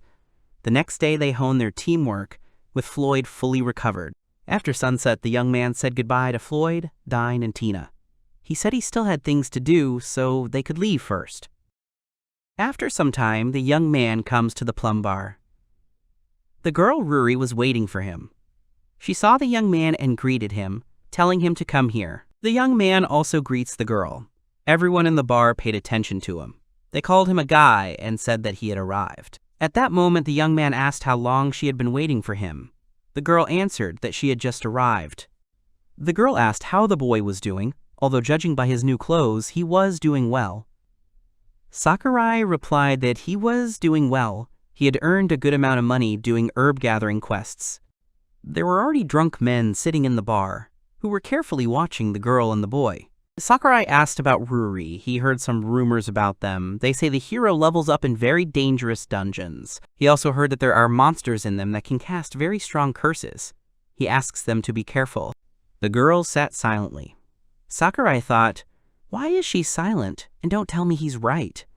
The girl made a serious face and told Hiroki that Ren had been cursed. After that, a mark similar to a snake's mark suddenly appeared on Ren's body.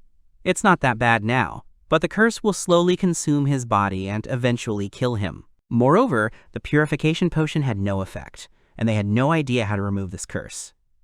The young man repeated that this curse would kill him. The girl said that what was worse was that although the king said he was looking for a cure, he was actually doing nothing. She too tried to find a cure.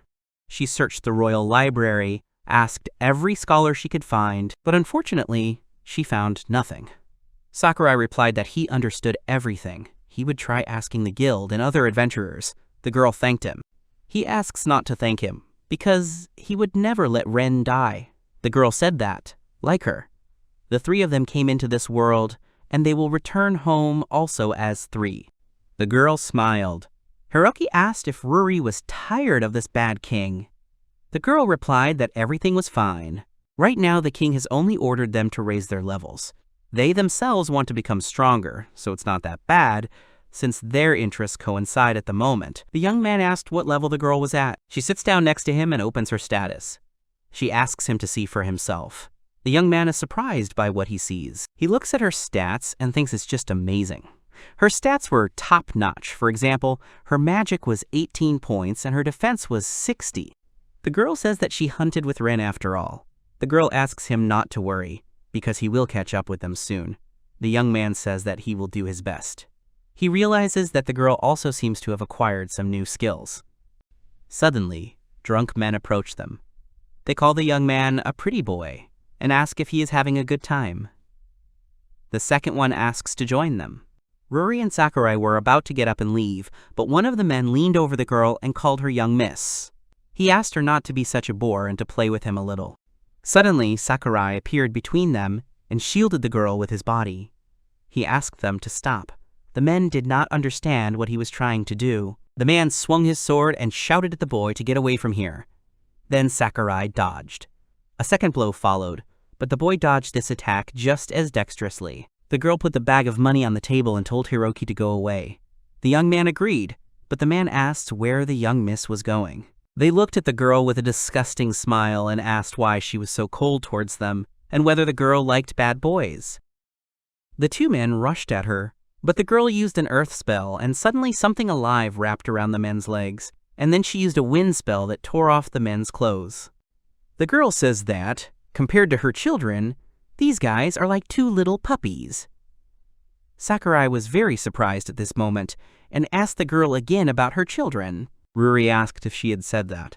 Sakurai thought that Ruri was another fragile girl they had to protect, but she might be the most dangerous of the three. The boy walked down the street and thought about Ruri's words when she said that Ren was cursed by a monster. He thinks that if nothing is done, he will die within a few months. He thinks that Ren is in trouble again. The next morning, Floyd questions Sakurai when he asks about how to lift the curse and asks if the boy doesn't know. The man says that there are potions for this. They are divided into basic, standard, and advanced. That is, there are 3 different types. Sakurai asks if there are better potions than the advanced ones, to which Floyd replies that they can be found in dungeons, in chests, or ordered from the Science Academy. Although the ingredients are extremely difficult to obtain, making it nearly impossible to order them. The young man understands and thinks about chests, or the academy. The chests are empty until you kill the boss, so he can't farm these chests. He learned this while collecting medicinal herbs. And, according to Ruri, nothing else will help. Floyd says that perhaps the demons have made progress in their research into breaking curses. The boy asks about these demons. Floyd says that demons are usually more knowledgeable about magic and curses. Since the demon continent is filled with magic, many explorers and alchemists flock there. That's why there are many research labs there. Sakurai thinks about demons. Floyd says that you can ask about demons at the guild. They should have demon books. The boy asks about the guild. Sakurai asks if he can visit the guild before they leave. Floyd agrees and says why not. Tina asks if she can go to Hiroki. Floyd tells Tina that would be great. Sakurai thanks the girl. After a while, Sakurai and Tina leave, and Floyd wishes them luck. After some time, they arrive at the Capitals Guild. He asks the girl at the reception desk about how to remove the spell. She replies that if the hero needs a potion, they can buy it from a shop or find it in a dungeon, or order it from the academy. If they need skills, they have high-ranking books that they collect. The boy says he understands. He thinks about going to a dangerous dungeon to get the skill book. He thinks it is impossible now. Then Tina apologizes and asks if they have demonic books on pharmacy. The girl at the reception desk says that they have such books. The young man does not understand what they are talking about. A minute later, the girl brings them a book. Tina thanks her for her help. Sakurai asks why the girl didn't offer the book herself. She answers that it's because His Majesty the King has prejudices against demons. The young man understands this and thinks that perhaps Ruri was unable to find anything because she was looking in places under the king's control. The girl says that since they are a neutral guild organization, they have such books, but they cannot show them openly. Tina says that is why, if you do not specifically ask for demon books, they will not offer them. Sakurai realized that this kingdom was eager to defeat the demons. Tina then opens the book and shows the boy the section on removing curses. He says that it is very good. The girl at the front desk is surprised by this. Tina examines the book and says that to brew the potion, they definitely need the apricot grass. The boy asks about the apricot grass. Tina says that it is a medicinal herb that contains a large amount of mana, The boy sees an image of the apricot grass. Tina says that the apricot grass is a medicinal herb that grows in some special regions that are only found on the demon continent. Sakurai asks again about the demon continent. He remembers what Floyd said about it. The girl says that this is the continent of apricot and that real demons live there. The young man remembers the continent of apricot. If it's named after a continent, it's definitely there. Sakurai apologizes and asks the receptionist if he can leave a message. He thinks about telling Ruri about this. Tina says the demon continent. She would like to go there one day when she becomes a strong adventurer. The receptionist girl says that Miss Tina definitely has every chance of doing this, since at her rate it will take 1 or 2 years. The girl says that she is looking forward to it. The young man listens to them attentively and says that 1 or 2 years is too long and he will not make it in time. There are many dangers on the demon continent. He thought that it was not worth dragging Tina and the others into this. Then Floyd and Dine approach them. They ask Hiroki and Tina if they are ready. After some time, they come to a stone cave. The young man gives the shield to Floyd, Dane, and Tina. They all thank the young man for his help. The young man looks around and thinks that it is quite crowded. Dine turns to Floyd and says that now he can work with Hiroki. The man is happy. After a while, they go down the stairs into the cave. Floyd says that today they will go to the 5th floor. Tina, Dine, and Sakurai agree. There were many people on the 2nd floor. Sakurai noticed this. Everyone was training and killing the mice that lived on this 2nd floor. The others tried to figure out if the monsters hadn't appeared this time. They stood there waiting for someone to notice. Tina says that it is very peaceful here. There are not many monsters, as there are many other adventurers here. Sakurai did not respond to her words, but continued walking silently. He thought about going to the demon continent, and there might be some problems with it. The main ones were money and firepower. Money aside, firepower is a serious issue. He even thinks that maybe he should hire a strong adventurer. Tina notices Hiroki's thoughtful face and asks the young man if there is something bothering him. Hiroki comes out of his thoughts and is surprised. Tina says that the boy has such a thoughtful look. At this time, Floyd asked Tina to use magic, and Dine asked Hiroki to use his shield. Suddenly, a mouse injures Floyd. Tina, scared, says she is very sorry. Sakurai also apologizes and uses heal and then shield. Floyd says that even if there are few monsters here, they shouldn't let their guard down. Sakurai winces at the reprimand and says that they are very sorry. After a while, the group arrives at the 5th floor. Tina suggests that Dine and Floyd take a little rest. They sit on the steps to rest. The girl hands Hiroki a flask of water and asks him to drink it. The boy thanks the girl for this. Then Floyd turns to him and asks as if the boy has something to say to him. The man says that Hiroki seems too sluggish today. He asks what happened to him. Sakurai is surprised by Floyd's words. Then Dine notices the people in the aisle and says it's the same crew again. Floyd says he's right. They looked really bad and the woman and man were really angry. Floyd said they looked really bad and then asked who they were. Sakurai asked what happened to them. Dine said they had met them a couple of days ago, and he had a really bad feeling about them. The man hissed, and then saw Sakurai's group and said it was them again. He was climbing the stairs and swung at Dine, telling him to get out of his way. Floyd pulled the boy towards him and said it was very dangerous. Sakurai thought that they all looked very wounded, but since they were already returning, he thought that there was no need to treat them. Then an elf followed them. The girl tripped and fell. She hit herself so hard that she screamed in pain. Sakurai immediately rushed to her aid, and the man hissed in anger. The man went to the girl and said that Lucia was absolutely useless. He came even closer to her. The girl raised her head and looked at the man. He bends down and tells her that he will take her things. Sakurai thought that despite everything, they are still a team. The man then throws the bow to the girl and says that they will go first, so the girl should go back on her own. Sakurai was surprised by this, as were Tina, Dine, and Floyd, while Lucia's team member looked at it as if it was normal. The girl tried to lift and asked her team to wait, but she suddenly tripped again and fell because her legs could not take it anymore. Floyd asked the man to stop and what his comrades meant to him. The man said that Lucia was tired and they gave her a chance to rest, so what was the problem? He would like to get out as soon as possible. Floyd called the man a very terrible person.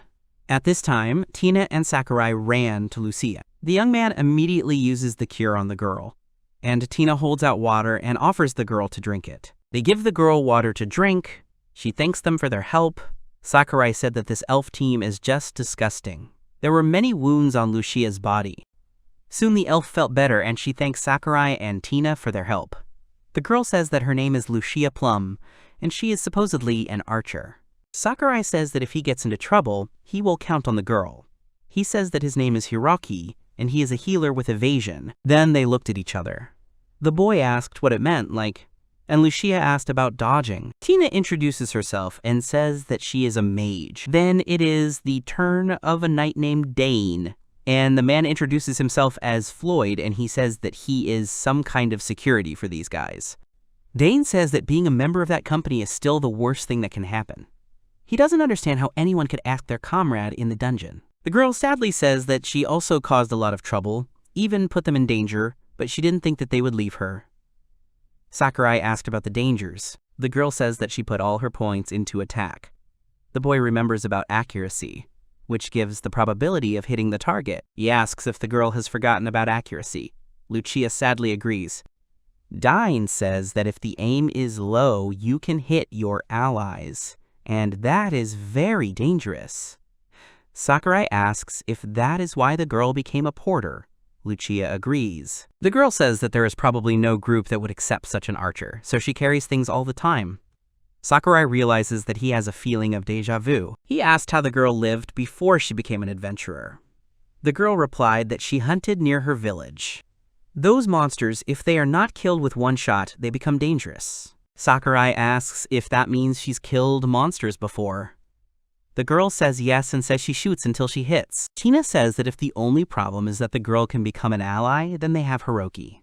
Lucia doesn't understand what the girl is talking about. Sakurai agrees and says that they should try it. Then he stands up and says that he will bring a couple of monsters. Lucia also did not understand what was happening.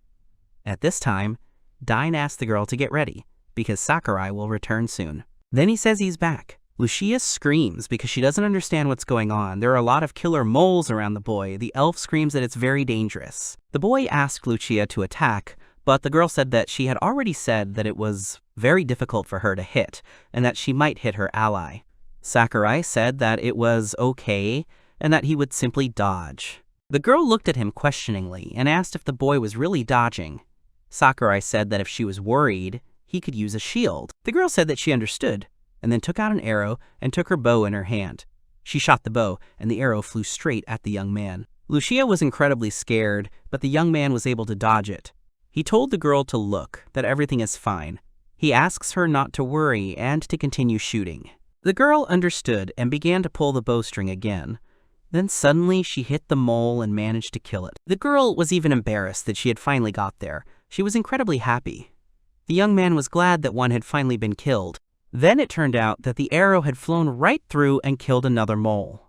In the end, the girl had killed 2 moles with one shot.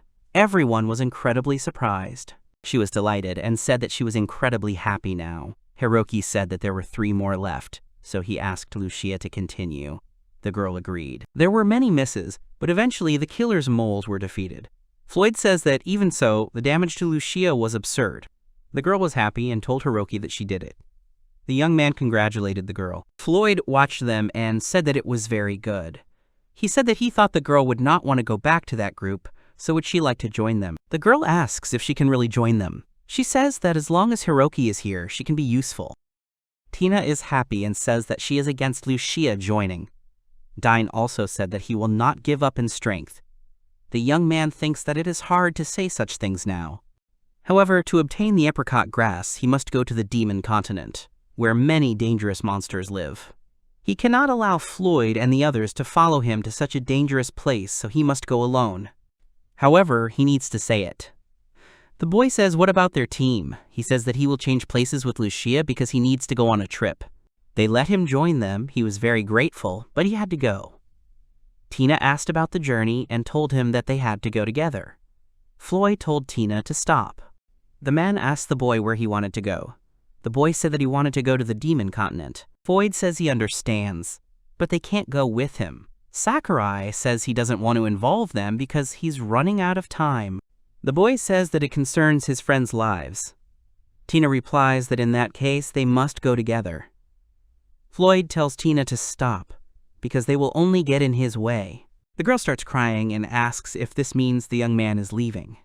He strokes the girl's head and apologizes. He says everything is fine and asks not to worry. The girl says that she will become stronger and will wait for him. Floyd asks the boy if he is really leaving right now. The boy agrees. Tina asks if this is really the last time they will hunt together. Hiroki answers yes. Tina suggests that they give it their all. She asks Floyd and Dine to show what they can do. Dine agrees. Floyd says that they need to change the settings of Lucia's bracelet. The girl thanks them. The man says that they need to think about building without Hiroki. Then the protagonist offers them his own idea. He suggests that Lucia should attack if the enemies are far away. If they come close, they will fight back as usual. Lucia then moves back and covers their rear. Floyd says that this formation sounds very good and suggests that they try it. Lucia says that if no one is around, she can shoot a bow and arrow and do her best. Hiroki says that he will support them one last time. Soon they reach the 5th floor, and then the 7th floor, where mini-orcs appeared.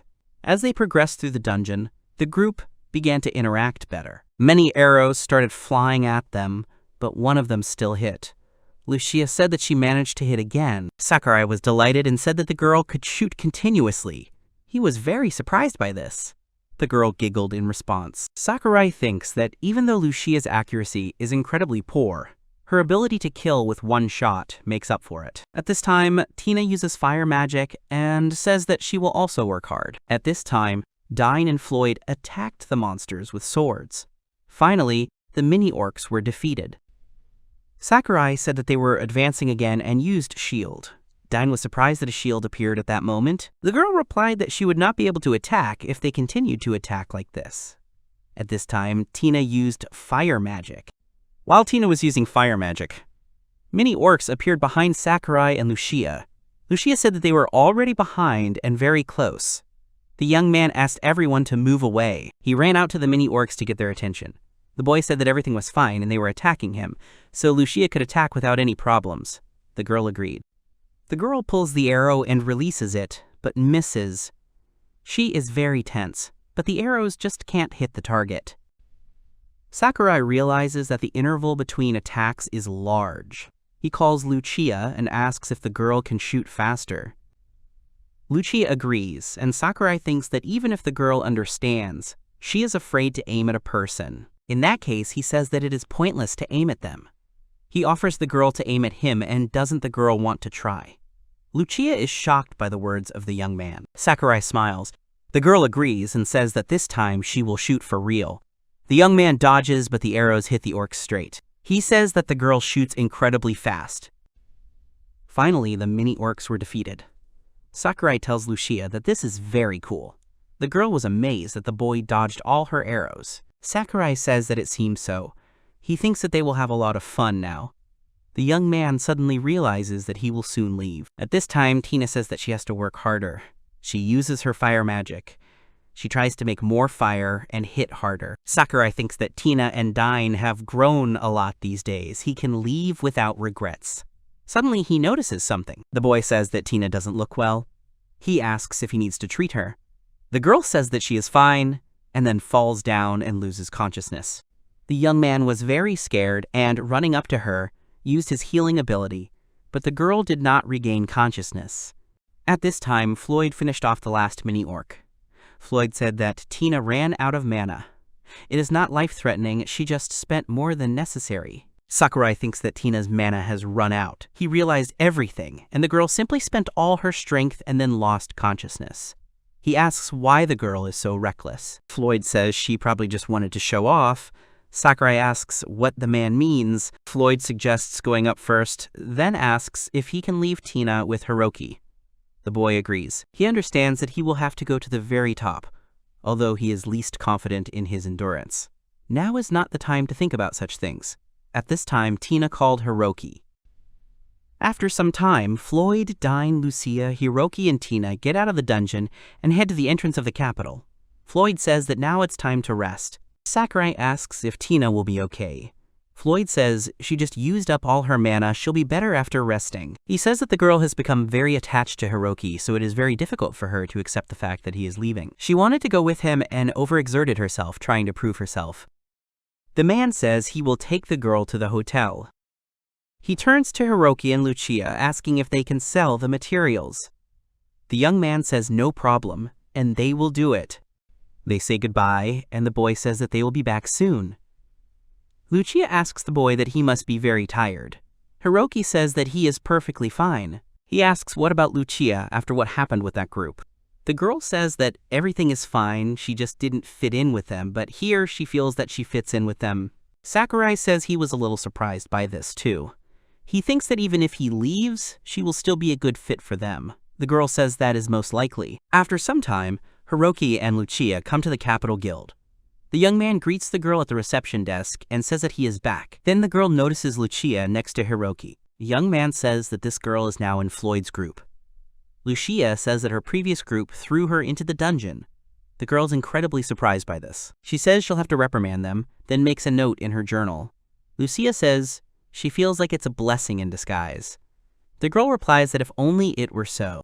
Hiroki interrupts them and asks if the girl could buy all these materials. She says that it goes without saying. In the end, they got 15,000 lata for the materials. The young man thanks the girl and leaves. Suddenly, they see a man in front of them who was a former member of Lucia's team. He asked if they really took Lucia into their group. He was incredibly angry. The boy recognizes the man as the former leader of Lucia's group. He asks him what he wants. The man leans over to Hiroki and says that the only one who could take the useless archer is the useless guy with the dodge. The young man looks at the man's face and realizes that he is very angry, and then asks what he should do in such a case. Everyone in the guild pays attention to this brawl. Suddenly, Lucia bursts into the conversation and says that Hiroki is not useless at all. The young man asks the girl to step aside. The man shouts that the girl dared to say such a thing to him. Suddenly, he raises his sword and says that now he will show how useless the boy really is. He aims straight at Lucia, but Hiroki suddenly appears in front of her. The receptionist yelled at them to stop because fighting was prohibited in the guild. The man aimed straight at Hiroki's head, but missed because the boy dodged. Everyone was surprised by this. The man told him not to dare to irritate him. He tries to hit him again, but the boy crouches and dodges. Everyone understands that the man can't hit Hiroki. No one understood what was going on. Hiroki thinks that he is dodging his attacks because of his high stats. The boy dodges again and again. The man shouts that he has got him already, and then he draws his sword. Everyone around is afraid of what is about to happen. The man strikes with his sword, but he misses again. The administration girl closes her eyes. The man swings and says that the young man is caught. Suddenly, someone grabs him by the shoulder and tells him that he is the only one who got in here. The man thinks that the rebel will be very upset by the cancellation of the license. The man tenses up. Then he looks at Lucia. The girl proudly turns away from him. He blushes, turns around, leaves, and says that he doesn't really need the girl. Sakurai sighs and says that he is exhausted. Suddenly, everyone starts to rejoice and shout enthusiastically. The young man does not understand what is happening. The man said he was sure the boy would be killed, but he dodged incredibly cleverly. Others asked how the elf was feeling. She always carried their things, so people were worried about her. They are very happy that the girl changed groups. Lucia thanks everyone and says she is now part of an amazing group. The man says he is the host today, so he offers everyone a drink. The girl thanks them for their generosity. Sakurai says they should go back. Sakurai says that their comrade got hurt in the dungeon. Everyone realized that the boy and girl must be worried about them.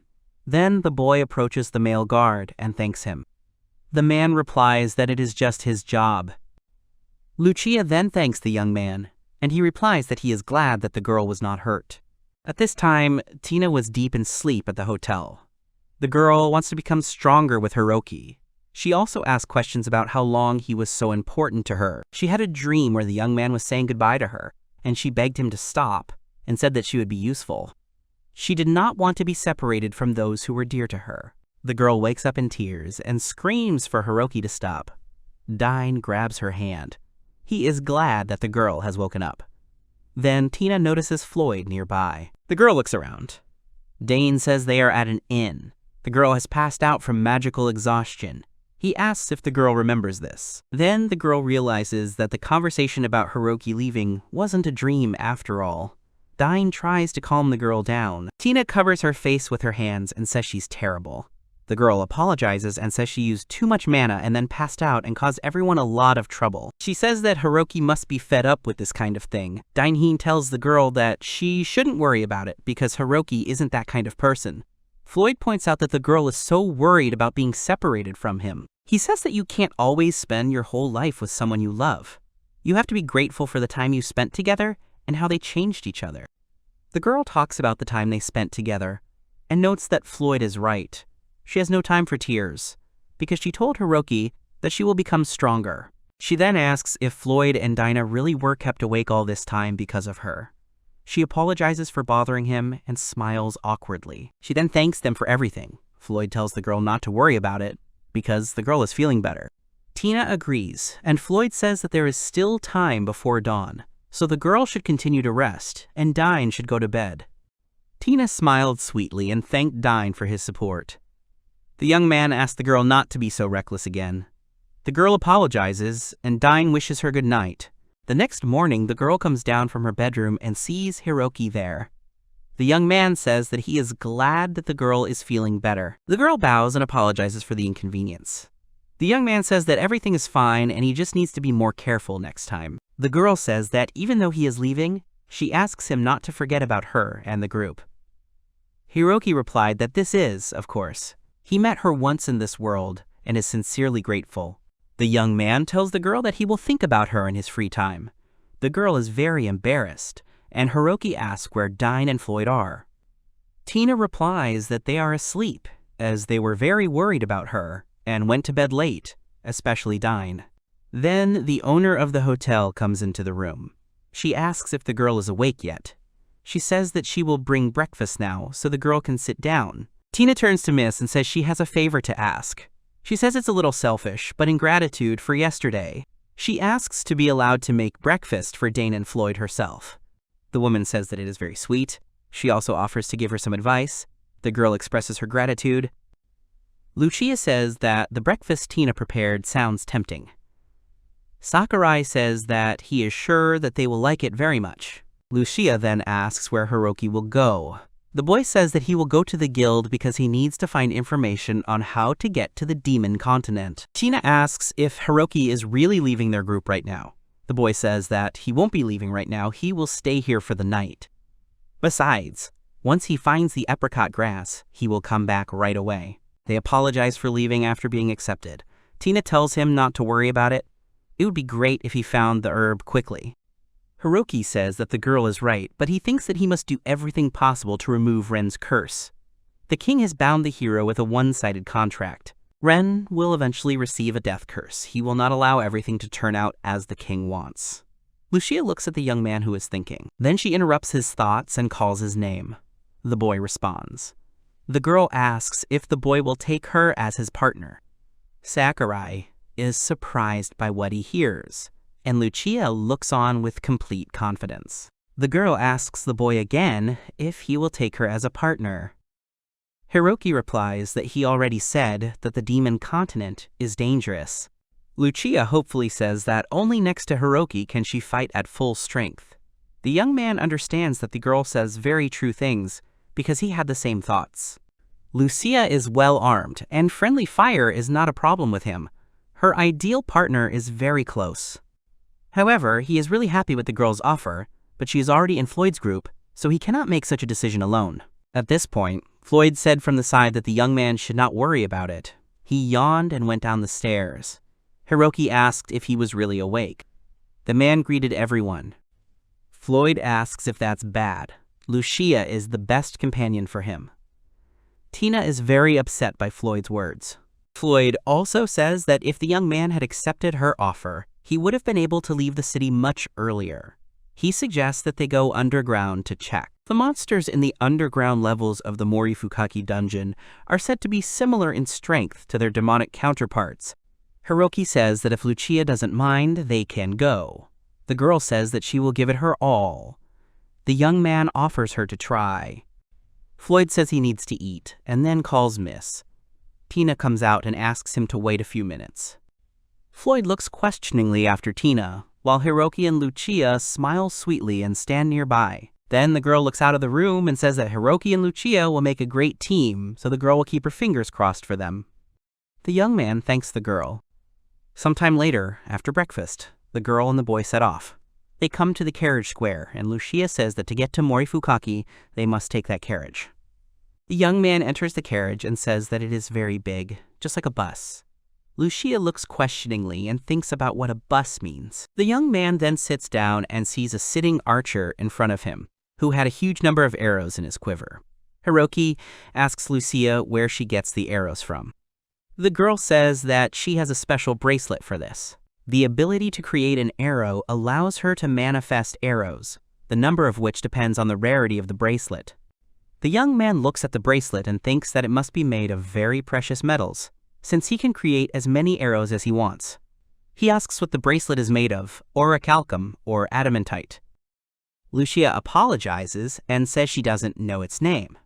The boy says, "It's really very convenient." Lucia laughs and the boy thanks her and says, "That's one riddle less." The girl then calls him by name and says that since they are partners, he will be happy to try his best. The young man is embarrassed by her confession and agrees. After a while, they get off the cart. Lucia says that it will take them about half an hour to get to the dungeon. It turns out that Morifukaki's map is only filled up to the 15th floor. The young man said that he is not the very last one. The girl agreed and said that the map only shows the levels that adventurers have been to. She suggests having fun going floor by floor. Hiroki says it sounds really cool. Finally, they arrived at the entrance to Morifukaki. They were met by a male merchant who asked them if it was really their first time here. He asked if they needed a map. The boy agrees, and the man gives him a map. Lucy offers to buy some food. Hiroki sees a lot of things. He asks if there is something here that can attract more monsters to him. Lucia asks why he would want to involve monsters. Hiroki says that they won't attack the girl, and they can easily gather them together so she can shoot easier. He asks the man if he has anything like that. He replies that of course he has. He offers a jar of potion and says that if they drink this potion, then all the monsters will attack only the one who drinks it. He says that one bottle costs 2,000 lata. The young man says that it is quite expensive. The man says that one bottle lasts about 3 hours. Hiroki understands that 3 hours will be enough, so he buys 3 at once. He sighs and takes out the money, then says that the life of an adventurer is not easy. Sylvie suggests collecting more materials to sell. The young man opens the bottle and drinks the drink immediately. Its taste was simply disgusting. Lucia asked if the young man was okay. He replied that he was perfectly fine. He thought that attracting all the monsters was a ridiculous price to pay for such a thing. The boy uses the shield and casts it on Lucia. Then they enter the dungeon on the first floor and see a large number of people. The young man says that it is quite crowded here. Lucia agrees with him. Then Hiroki hums a song and suggests that the girl move slowly. After some time, they come to the 6th floor. The young man is surprised by this and says that it is as if he is in a forest. Lucia also says that it is very beautiful here. Then a killer moth appears. Lucia thinks that a killer moth is a bit weird. Hiroki says he agrees. Then the boy calls the girl and asks if she really doesn't hate him. There were many monsters around the boy who attacked him but couldn't hit him. Lucia was scared out of surprise. The girl screamed in horror and immediately began shooting from a bow. The young man suggested not to slow down and get out of here as soon as possible. The girl agreed with him. After some time, the girl hits the monsters and kills them. The young man picks up the remains of the monsters and says that it is better to pick up the materials. The killer moths began to attack them again, but after a while the heroes come to the 7th floor of the stairs, where the moths cannot reach. The young man said that they were all exhausted because of the swarm of moths. Lucia says that he managed. They collected a lot of wings. The girl was patting the boy's jacket to remove dust. Hiroki asked her how she felt and if she really didn't hate him. She replied that it was not the boy's fault. She simply hated moths very much. The boy smiled and thanked her. Then he said that the monster-attracting potion works great. They will kill many monsters with it. He suggests that she rest a little and drink some water. The girl agreed and then said that she will drink water after the boy. Hiroki thinks that they have come this far in just an hour. If the difficulty continues to increase, he thinks that the first potion will run out by the 15th floor. Then he realizes that they did not initially think about whether 3 potions would be enough. Trying to get to the boss with this is too risky. In this case, it only costs 1.5 potions to go down. He would like to try to defeat the boss together. He thinks that might be it for today. He thinks that to return it will be enough to focus on Lucia's shield. The girl pulls him out of his thoughts and says that even though this is a test, they are still partners, so she would like to discuss everything together. Hiroki is surprised and calls her by name. He understands that there is no point in thinking about everything alone. He says that the girl is right, and then he explains everything to her. The girl listens to him attentively. The girl says that they need to hurry up and move on. She thinks that together they can do well here and on the demon continent. She is completely sure of it. The young man said the girl's name and looked at her sweet smile. He said that he understood everything and thought that he needed to get to the lower floor. The girl completely agreed with him. After some time, they arrived at the 16th floor. Lucia said that they had reached unexplored floors. At this time, the young man began to drink the second potion. After a while, they come across a monster that looks like a small boar with mole-like paws. Hiroki said that this monster is quite strong, and Lucia said that the bigger they are, the easier it is to aim. Then they arrive on the 20th floor. Hiroki thinks that the effect of the second potion is almost over. He suggests that Lucia hurry up and look for the stairs without fighting. The girl agrees. Suddenly, a monster appears in front of them, but it can't hit them at all. Then they see an entrance with stairs. Hiroki thinks that this is very good, because the potion was just enough. They go down to the 21st floor and walk up the stairs. Everything nearby was sparkling, and the girl thought that this was an incredibly beautiful place.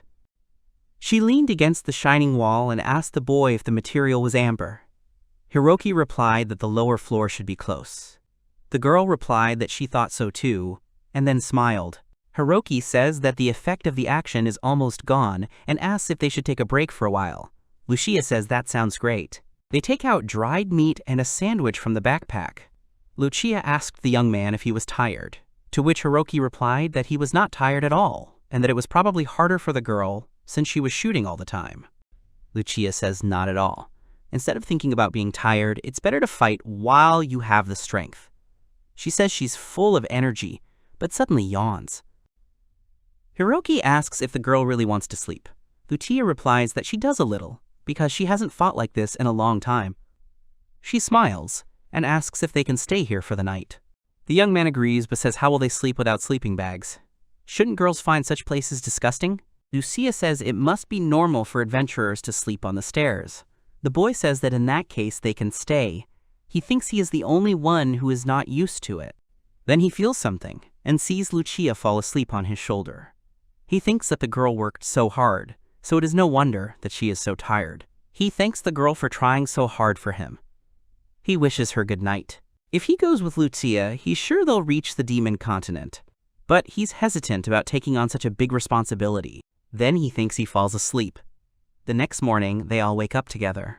Lucia says it's a great day to beat the boss. Hiroki says that Lucia is in a great mood even after such a dream. He also fell asleep before he could come to his senses.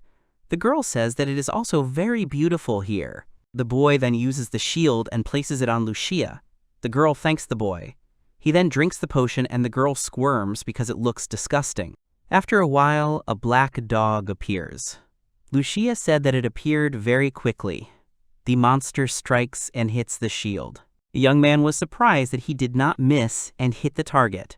At that time, Lucia was releasing an arrow from her bow, and she was very afraid for the young man. He asks the girl to calm down because he had a shield. She agrees and continues to shoot arrows from the bow. Hiroki told the girl to ignore him and keep shooting, because that's the only way they'll become partners. The girl agrees. The girl places 5 arrows on her bow and shoots them all at once. She hits the black dog right on the spot. Hiroki is surprised by this and asks if the girl can really shoot 5 arrows at once. She says that she needs time to shoot, She was very scared that the monster hit him. The boy says that his dodging is probably still not enough. Then he notices that something has fallen from the monster. He thinks it is something rare. Lucia recognizes it as a demon stone. It is an extremely valuable material for equipment. Hiroki thinks they are lucky and then suggests killing some more monsters. Lucia agrees. So they kill some more black dogs. Then they see a door at the end of the tunnel and realize that it is some kind of very depressing atmosphere. The girl says that it must be the boss's room. She thinks it's a very exciting moment. Then they open the door slightly and try to look inside. The boy is curious to know who the boss is. Suddenly they see a three-headed dog and realize that it is a real Cerberus. Cerberus is usually the final boss of the game, but why did he appear here so early? The protagonist didn't understand what Cerberus was doing here. He realized that the lower levels of Morifukaki were so complex that no one dared to go there. Then they simply had no other choice. Lucia wonders if this is too much. Hiroki's dodge is astounding, but this is too much. The boy agrees with her, but he wonders if the dodge tactic will work in a boss fight. He says that everything is fine because they have a shield. He tells Lucia that when the Cerberus attacks him, she should press herself against the wall and move to the back of the room, because her goal is the exit. The girl does not understand what the boy means. He tells her not to shoot the monster under any circumstances until she gets to it. She asks if the boy is really going to let the boss through. He agrees and asks her to watch carefully. That passage is pretty narrow. Cerberus won't fit through there, and they'll be safe. The girl says it might work, but she asks if that's cheating. To which the boy replies that their team is already cheating. He says that they came here to see what they can do together. The girl says that it is true. She says that she will not let him down and will definitely become Hiroki's partner. The young man agrees, and asks, by the way, if the potion works to attract the attention of monsters to bosses. Lucia replies that she has never used it in such a case. The young man understands that the girl does not know the answer to his question. He thinks that means it could theoretically work, although in games it's normal. As he thought, if he had to be very careful, he gets to work, and Lucia screams at the boy to trust her. He hopes that 3 levels of shield will be enough for him, and then uses his skill. He calls the dog to him. Cerberus wakes up and stands up to his full height and starts baring his teeth. Hiroki is scared and thinks that he is incredibly creepy. He tells himself to pull himself together because Lucia was standing behind him, watching. Suddenly, the Cerberus raised its paw and began to attack the protagonist with great speed. However, he missed because the boy was able to jump away in time. Hiroki looked down with relief and was glad that he was able to dodge. However, the monster's strength is simply incredible. Cerberus used his sharp jaws, but the young man was able to duck in time, so the monster's attack was again in vain. Hiroki shouts at Lucia to go to the passage now. The girl says that she understands, and then slowly starts moving along the wall. The young man looked at her and mentally encouraged her. Suddenly the monster attacked with its paw right at the young man's back and hit the shield. He was unable to dodge. Lucia was very scared and pulled out the arrow, then shot it straight at the monster's head. She didn't miss, and the boy asked why the girl only hit at moments like this. Then he noticed that the potion to attract monsters didn't work, and the Cerberus started heading straight for the girl. He realized that the potion's effect was too weak. The young man rushed towards the girl and used the maximum power of the shield. The monster tried to hurt Lucia, but the shield worked and the girl was not hurt. Then he struck with his paw, and Lucia's shield dissipated into the air. The young man used the shield again, but realized that he was suffocating. He jumped right in front of the girl and shielded her with his body, then used the shield on himself. Lucia apologized at that moment and said that she panicked. Hiroki smiled and said that everything was fine because the monster had him in its sights again. He ordered the girl to run to the exit again and quickly. At that moment, the monster attacked him right in the shield. The girl agreed and ran away. Then she arrived at the exit and shouted to the boy that she was there. Hiroki said that was just great. The girl said, pulling the arrow, that she was attacking, and then told Hiroki to run here while she had the monster in her sights. She attacks the Cerberus and hits him right in the head. The girl says that everything is fine and he just needs to run to a safe place. Suddenly, the Cerberus ran straight towards the girl. Hiroki shouted her name and told her to be careful. The girl moved away into the depths of the passage, where the Cerberus's head climbed. Hiroki shouted to the girl and asked if she was okay. Lucia replied that she was fine, and that it would be much easier to hit him now. The girl knocks the arrow, and then attacks the monster blow after blow. Hiroki is surprised and says that the Cerberus was -1 head. The monster began to gnaw the place where Lucia was. The girl replied that she would continue shooting. The second head of Cerberus was soon defeated. Hiroki said that he thought it would be better for them to just run away, but if this continues, they might even be able to defeat him. Suddenly, the Cerberus turns sharply and attacks the young man, but at the last moment he uses a shield, however, due to the attack of the monster. The shield is destroyed. The young man did not understand what was happening. He immediately used several skills: shield, regeneration, and healing. Lucia shouted the protagonist's name. The boy replied that he was fine and alive, but it seemed like the monster had used a skill or something. The boy used his shield again. Cerberus started using normal attacks again, and the boy continued to dodge. Hiroki looked at his body and realized that the wound had healed, but he still got hit pretty hard. Lucky reacted in time. Lucia was very happy that the boy was safe. Then she continued to attack, and finally the monster was defeated. Cerberus let out his last heart-rending scream. Hiroki began to be very happy that they had won. Lucia threw herself into his arms and said that she was really happy that Hiroki was alive. The young man smiled and said that everything was fine now, and the girl didn't need to cry. Suddenly, she walked away from the young man and apologized for not following the plan. After that, she wouldn't be able to be his partner. The young man then asks her not to worry and says that her strategy was better. He then goes quiet for a minute and then calls the girl by name. Hiroki says that the girl, being his partner, would risk being hit by the king. Lucia does not understand what the young man means. He bows to the girl and says that even so, he still wants her to become his partner. The girl panicked and asked the boy to stop. She said that she was the one who asked to be his partner first. The girl smiles and asks Hiroki to take care of her. The boy smiles and also asks the girl to take care of him. Then they decide to check the treasury. The girl says that she was able to get here for the first time. They open the chest and see a huge number of coins and various useful things in it. Hiroki said there was a whole bunch of money and a skill book. Lucia added that there were 2 more large magic stones. The young man takes the book in his hand and says about the skill book, and then he hands it to Lucia. He says that since the girl is here for the first time, this is her first skill book. The girl gives a positive answer. The girl says that Hiroki is fighting in the vanguard, so he needs to learn as many skills as possible. She says that if Hiroki refuses the book, she will be very worried. The young man replied that he was glad that the girl cared about him, but now their main task was to increase her strength. They needed to prepare for the dangers of the demon continent. He smiles and says he will take the next book. He offers to hold the bow for the girl. She agrees. Lucia places her hand on the book, and Hiroki tells her to tell the book her skill. Lucia agrees and names her skill Great Arrow. Suddenly, everything around her started to shine and the girl got a new skill, the Wind Arrow. She was very happy and told Hiroki that the book told her that she got the Wind Arrow skill. The young man congratulates the girl and says that she is just great. After some time, they decide to go back and go to the equipment store. The girl agrees. They arrive at a familiar place for Hiroki.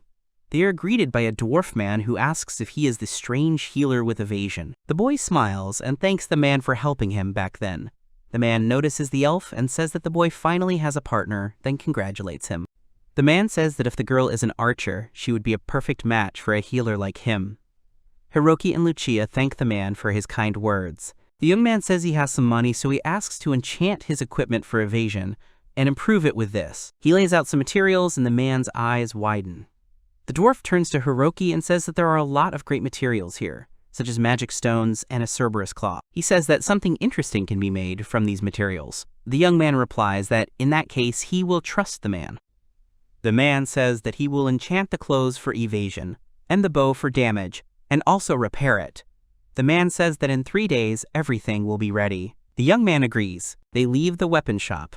Hiroki says it's a really cool shop, and the girl replies that the man also said he'd help them prepare their gear for what looks like the demon continent. The man gave the girl a temporary bow and the boy a cloak. The boy says that while it is light, they can sell some materials to the guild. Lucia agrees to his offer. After some time, they arrive at the Capitals Guild. The young man looks at the notice board and realizes that he needs to leave a message for Ren and Ruri, that they are going to the demon continent. He goes to the board and thinks that they left something for him too. Then the young man remembers that he cannot read. Lucia approaches and asks if the boy saw anything. Hiroki realizes that he can ask Lucia to help him. The boy says he thought there might be a message for him on the board, but unfortunately he can't read. Lucia says she'll help him. The girl lists the names Wilhuch, Dreg, Carl, Ben, Sakurai, and says that it seems there's nothing for the boy. Suddenly the boy realizes that Sakurai is him. He tells Lucia that Sakurai is for him. He asks if the girl can read the letter. Lucia asks that it is some kind of family name. She says that she will read it. The girl then begins to read a letter that Watanabe supposedly wrote. The boy says that they haven't seen each other for a long time, and it was decided that he would leave for the demon continent in 2 days. He wants to meet the boy before leaving. So he is asked to wait for him tomorrow morning at the stones outside the city gates. Lucia asks if Hiroki's friend really wrote it, but the young man says that it was not quite so. He remembers a man asking about the heroes' names, and they introduce themselves as Sakurai, Takanashi, and Watanabe. Then Hiroki suggested that Takanashi and Watanabe address each other by their first names, since the king only knows their last names. The young man understands that the message on the board is from the king. He understands that the king's men are too stupid. Hiroki thought about the moment when all 3 of them told the king their last names, and agreed to address each other by their first names. Sakurai remembers that Watanabe is Ren's last name. They agreed to call each other by their first names. Since there was a family name, it was definitely a trap set by the king. Lucia asked the young man if he knew who sent the letter. Hiroki says there are too many ears here. He will tell everything when they return to their room. Lucia agrees with the boy. Then they see Hala at the reception desk, who already had a client. The man was asking the girl to go on a date with him. Hiroki said that the girl seemed to be annoyed by being pestered. Lucia was surprised that Hala was being pestered by customers. The man asked to go with him to the heroes' parade. Hiroki thought about the heroes' parade. The girl asked for forgiveness and said that it was beyond her authority. The man was surprised and said that he was very sorry. Then the girl saw Hiroki. The young man greeted her and asked if she was free. The girl apologized to the man and said that she had another client waiting for her, so she could not talk to him anymore. The man said that they would see each other later. Then Hala greeted Hiroki and asked if the boy really wanted to sell the materials now. Hiroki responded positively. Hiroki said that he wanted to sell some of these materials. The girl was surprised that the materials were really high quality. Then the young man asked what the girl had said earlier about the parade in honor of the hero. Hala confirmed this and said that in order to defeat the demon lord, the hero goes to the demon continent, and to encourage him, they hold a parade. Hiroki is surprised by this, and Lucia asks if the hero is really going to defeat the demon lord. The boy wonders if he is still in the heroes group and if he will be forced to join the parade. At this time, Lucia and Hala were talking about the hero actually existing, if rumors are to be believed. Hiroki said that they absolutely must see it. Lucia said that he was right, and Hala added that she heard that the parade would start tomorrow at noon. She then gives the heroes the money for the materials, and the boy thanks her for it. After some time, Lucia and Hiroki arrive at the Falling Star Inn. The young man turns to the girl and says what about their recent conversation at the guild. After some time, the girl is surprised that Hiroki knows the hero. The young man gives a positive answer and says that they came from a distant country. Then he asks if the girl believes him. Lucia replies that she does and that she believes the boy. She always thought he was a little strange. She smiled and added that when the boy said that he was a friend of the hero, everything in her head fell into place. Hiroki replied that his fighting style was not particularly appreciated in this country. He thinks that it is not worth telling the girl about their world, and says that they were called by the king from distant lands. Lucia realized that this is the reason why the young man cannot read. Hiroki says that the king ordered them to kill the demon lord, but his decision to put all his skill points into dodging angered him. When he was thrown into prison, the hero Ren agreed to wear the contract bracelet in exchange for his freedom. Lucia was amazed by the hero's kindness and self-sacrifice. Hiroki said that the girl was right that Ren was a good guy, but now he was cursed, and not just one. The girl was surprised and scared. The first curse the young man spoke of was the bracelet. Without the king's permission, he could not move freely. and the second curse was the curse of the basilisk, which would soon kill him. He says that in order to cure Ren, he goes to the demon continent for the apricot herb. He doesn't have time to level up. He'll be facing enemies so strong that their levels won't even come close. Lucia said she understood. Hiroki says that besides that, the king hates him, and for now that's all he wanted to tell the girl about himself. He turns to Lucia and says that if she therefore does not want to be his partner, the girl interrupts him and calls his name. She puts her hand on his and says that she will go with him. No matter how many times he asked, she would always answer that she wanted to be his partner. Hiroki was touched by this and then thanked the girl. Then the girl asks what sent the message to the boy. Hiroki says it was the king. Lucia is surprised. The young man says that it was precisely for such occasions that they told the king their last names, not their first names. It turns out that the king pretended to be a hero and tried to contact him. Lucia understands why the young man was surprised when she read him the note. She says that if it's a trap, they can just ignore it, but Hiroki replies that he will go to the destination. Lucia asks if he will really go despite the trap. The young man answers positively and says that it may be related to Ren or Ruri. The next day, he comes to a place near a large rock. He examines the stone and says that neither Ren nor anyone else is here.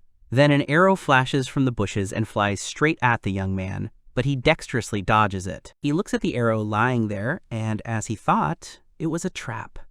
He turns to the people behind the bushes and asks if they are Watanabe. At this time, the court bug turned to Watanabe and asked him if he was ready for the parade. The young man answered positively. Ren replied that the parade was still so embarrassing that even Ruri was eager to leave. The man replied that it showed how important it was for the king to subdue the demon lord. That's why he's entrusting this task to them. Before they go, could Ren wait just a minute? A man approaches a nearby guard and asks how things are. The man replies that everything is fine and he takes the bait. The man smirks in response. He says that he is absolutely useless, as he thought. Until now, he could not finish him off, because there was a chance that Watanabe would find out. By going to the demon continent, he will not be able to hear about it. At this time, many arrows fly at the main character, but he dexterously dodges each one. Several men with swords run out at him. The young man asks them what happened to Watanabe, but receives no answer. The men continued to attack the boy, swing after swing, but they could not hit him. They did not understand why they could not hit him, and the boy continued to dodge. The man says that's fine, but he's just a stupid person with high evasion. The other man says to look at it from the other side. He's a healer, so he can't attack them. They surround the young man and say that this is just a battle of endurance, and one day they will hit him. Sakurai smirked and asked who said he couldn't attack. The man took him at his word and told him to attack. The young man raises his hand and twirls it in the air. He smiles and says that he will not hold back. Suddenly, a current of air forms next to him. The men realize that the boy was using wind magic. They realize that the boy had been a mage all along. Hiroki simply smiles at this point. The men realize that the situation was difficult and began to retreat and run from this place. Hiroki watched them go. At this time, Lucia looked out from under the tree crown and asked the young man how he liked her wind arrow. Hiroki replied that it was very cool. Those stupid mercenaries mistook him for a magician. The girl jumped down from the tree and laughed. He said that the wind arrow is amazing. While the arrow is flying, it is surrounded by magical wind, so even if it misses, the target will take damage. He says that now they have many more strategies available for battles. The girl is happy about this. She said it was good that she missed. Hiroki responded positively and said that if she had hit, someone could have died. The boy then says that they did try to kill him, so their death would not have been their fault. Lucia is surprised by this. The girl asked if the king really hated him that much. Hiroki said that they would have to sort it out when they got back. Most likely, at this moment, the king knows more than anyone about how they can return to Japan. First of all, they need to go to the demon continent where the apricot grass grows. Lucia replies that they must help the hero. Hiroki thinks that no matter what, he will save him. Hiroki then tells Lucia that they need to hurry to the parade, and the girl agrees. After a while, they come to a square where many people have already gathered, and Ren is riding on horseback in the very center of the parade, and behind him is Ruri. Lucia ran ahead and said that they had made it in time for the hero's parade. At this time, Hiroki was surprised that he could see Ren. He looked at Ren's smile and thought about how he didn't show even a little bit of his suffering. He thought about how Ren didn't want to make others worry. Hiroki sighs and sees Ruri following right behind Ren, waving. He thinks that Ruri has really gotten used to all this. She acts like a noblewoman. However, Ren is still shy. Lucia asks the boy if these two are really his allies. The boy says that they are. Lucia says that Ren is a brave hero who is cursed and requires the apricot herb to cure, but he seems to be fine. The boy agrees. Suddenly, Ren sees something in the crowd. He gets off his horse and asks the other people to disperse. Ren is happy and goes to Hiroki. Lucia is surprised by this. Ren approaches Hiroki and says that they haven't seen each other in a while. He wants to call Hiroki the hero, but calls him by his last name. Hiroki asks Watanabe if it's okay that the star of the parade is out of place. Ren said he let Takanashi keep the crowd busy for a while. Ruri said it was okay and she'd manage somehow. Lucia said she already knew it, but Hiroki was just amazing. Ren thanks for the information about the apricot grass. He will go to the demon continent to find it. He managed to make the king think that they were going to defeat the demon lord. In fact, that's what the parade is about. The boy laughs in response. Then Ren asked about the young man. He wondered if he had enough money and if everything was okay. Hiroki says he's fine and has a partner. Ren looks at the confused Lucia and asks if she's that girl. The girl shyly introduces herself as an elven archer, and her name is Lucia. She is very pleased to meet you. Ren says his name is Watanabe, and then asks him to look after Sakurai. They shake hands. Ren says it looks like the young man has found a great partner. It's a pleasant relief for him.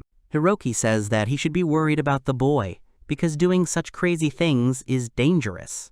Watanabe is surprised and asks how much the boy knows. Hiroki points his finger at him and tells him that he knows absolutely everything. Ren rubs his shoulder and laughs. Hiroki thinks that even if they were summoned here, there is no need to sacrifice themselves, and yet the fact that Ren is cursed remains. Now they need to find a healing herb to remove the curse. Hiroki says that he and Lucia are also heading to the demon continent to find the apricot herb. Ren asks if Hiroki knows that the demon continent is a dangerous place. The young man replies that they will manage somehow, and he should think about himself. Ren says that he understood everything, and Sakurai understood this world better than anyone. Hiroki asked not to make Takanashi worry. Ren agreed.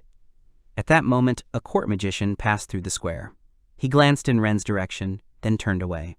However, he suddenly realized that Watanabe and Sakurai, who should be dead, were there. The man started shouting about what Sakurai was doing here. The boy asked Ren who it was. The boy replied that it was the court magician. Then Hiroki remembered that the man was in the hall when they were summoned to this world.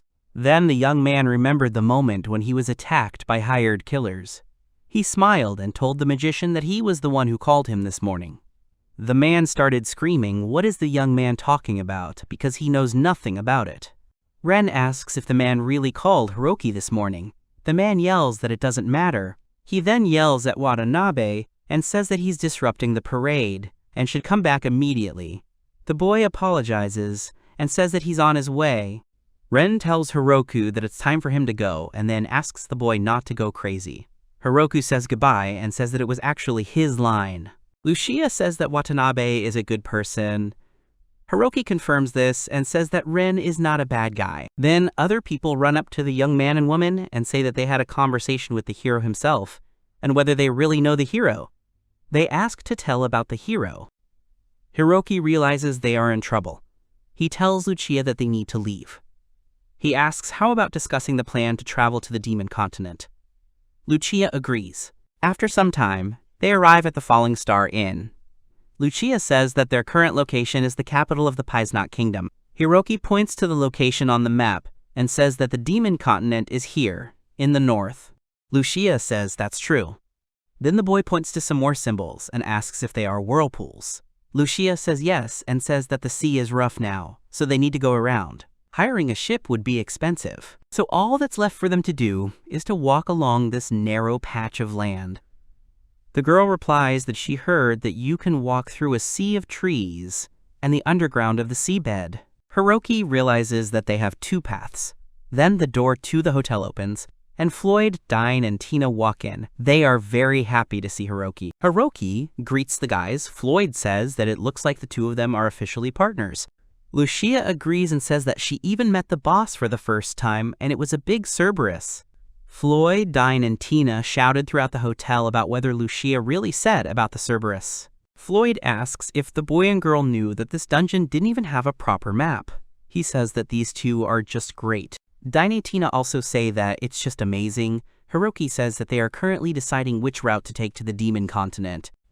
Floyd says he's never been there, but he's heard the seafloor is very difficult. It's better to go through the sea of trees. Hiroki thinks about the sea of trees. The dungeon should be safe on the stairs, so he thinks that might give him some leeway. But the dungeon means a boss. However, whether they need to pass through the boss room to reach the demon continent is what they don't know. Tina says that very few people dare to fight him, so if they get into trouble, she doesn't think anyone will find them. She asks if it's not dangerous. Dane turns to Tina and says that the girl is too timid and isn't danger part of the adventure. Tina says that Dane is too carefree. Lucia says that she also heard that the enemies in the seabed dungeon are quite strong, but that's precisely because they don't have time to increase their levels. If they could level up while going through the dungeon, she thought it would partially solve their problem with strength on the demon continent. Hiroki says she's right. It's important for them to not forget about leveling up. There's probably a huge level gap between them and Ren and Ruri. Floyd says that leveling up in the seabed dungeon during the hard journey. Dine is happy and says that it's just a dream. In another situation, he would just stop them, but for them, the level of difficulty cannot be measured in the same way as for everyone else. He decides, why not try? Hiroki says that in that case, they choose the underground route. Lucia agrees. Floyd asks when they are leaving.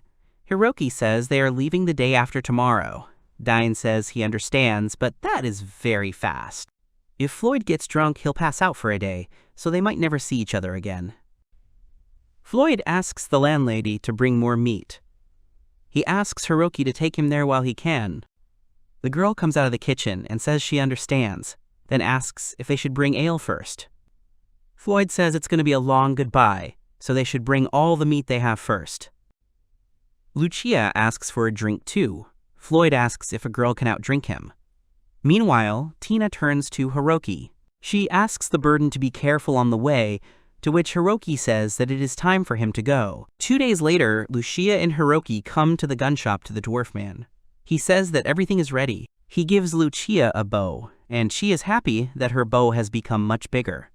Hiroki asks if it will be a bit heavy to carry around because of its size. The man smiles and says there is no need to worry because he added a little special feature using the demon stone. He asks Lucia to infuse some magic power into the bow. The girl adds a little magical power to the weapon, and the bow suddenly instantly decreases in size several times.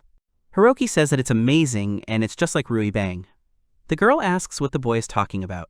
The man tells them to stop talking nonsense, and then tells the boy to go and change his clothes. Hiroki puts on his new suit with upgrades. The man says that he used materials from the Cerberus, so the protection is increased. Hiroki says that all this has become a good equipment. The young man then notices a new feature on his suit and asks what the lightning parameter means. The man explains that all of his clothes are significantly reduced in size. In addition, the items in his pockets will also be slightly lighter. The boy thinks it is very convenient. Then the man gives him the blade and says that it is a farewell from him. No matter how weak his attack is, it is better to carry something with you. The boy thanks him. The young man spins around and says the blade is holding up well. He thinks about why it feels good to look a little more like a fighter. Lucia laughs and says that Hiroki looks like a child in new clothes.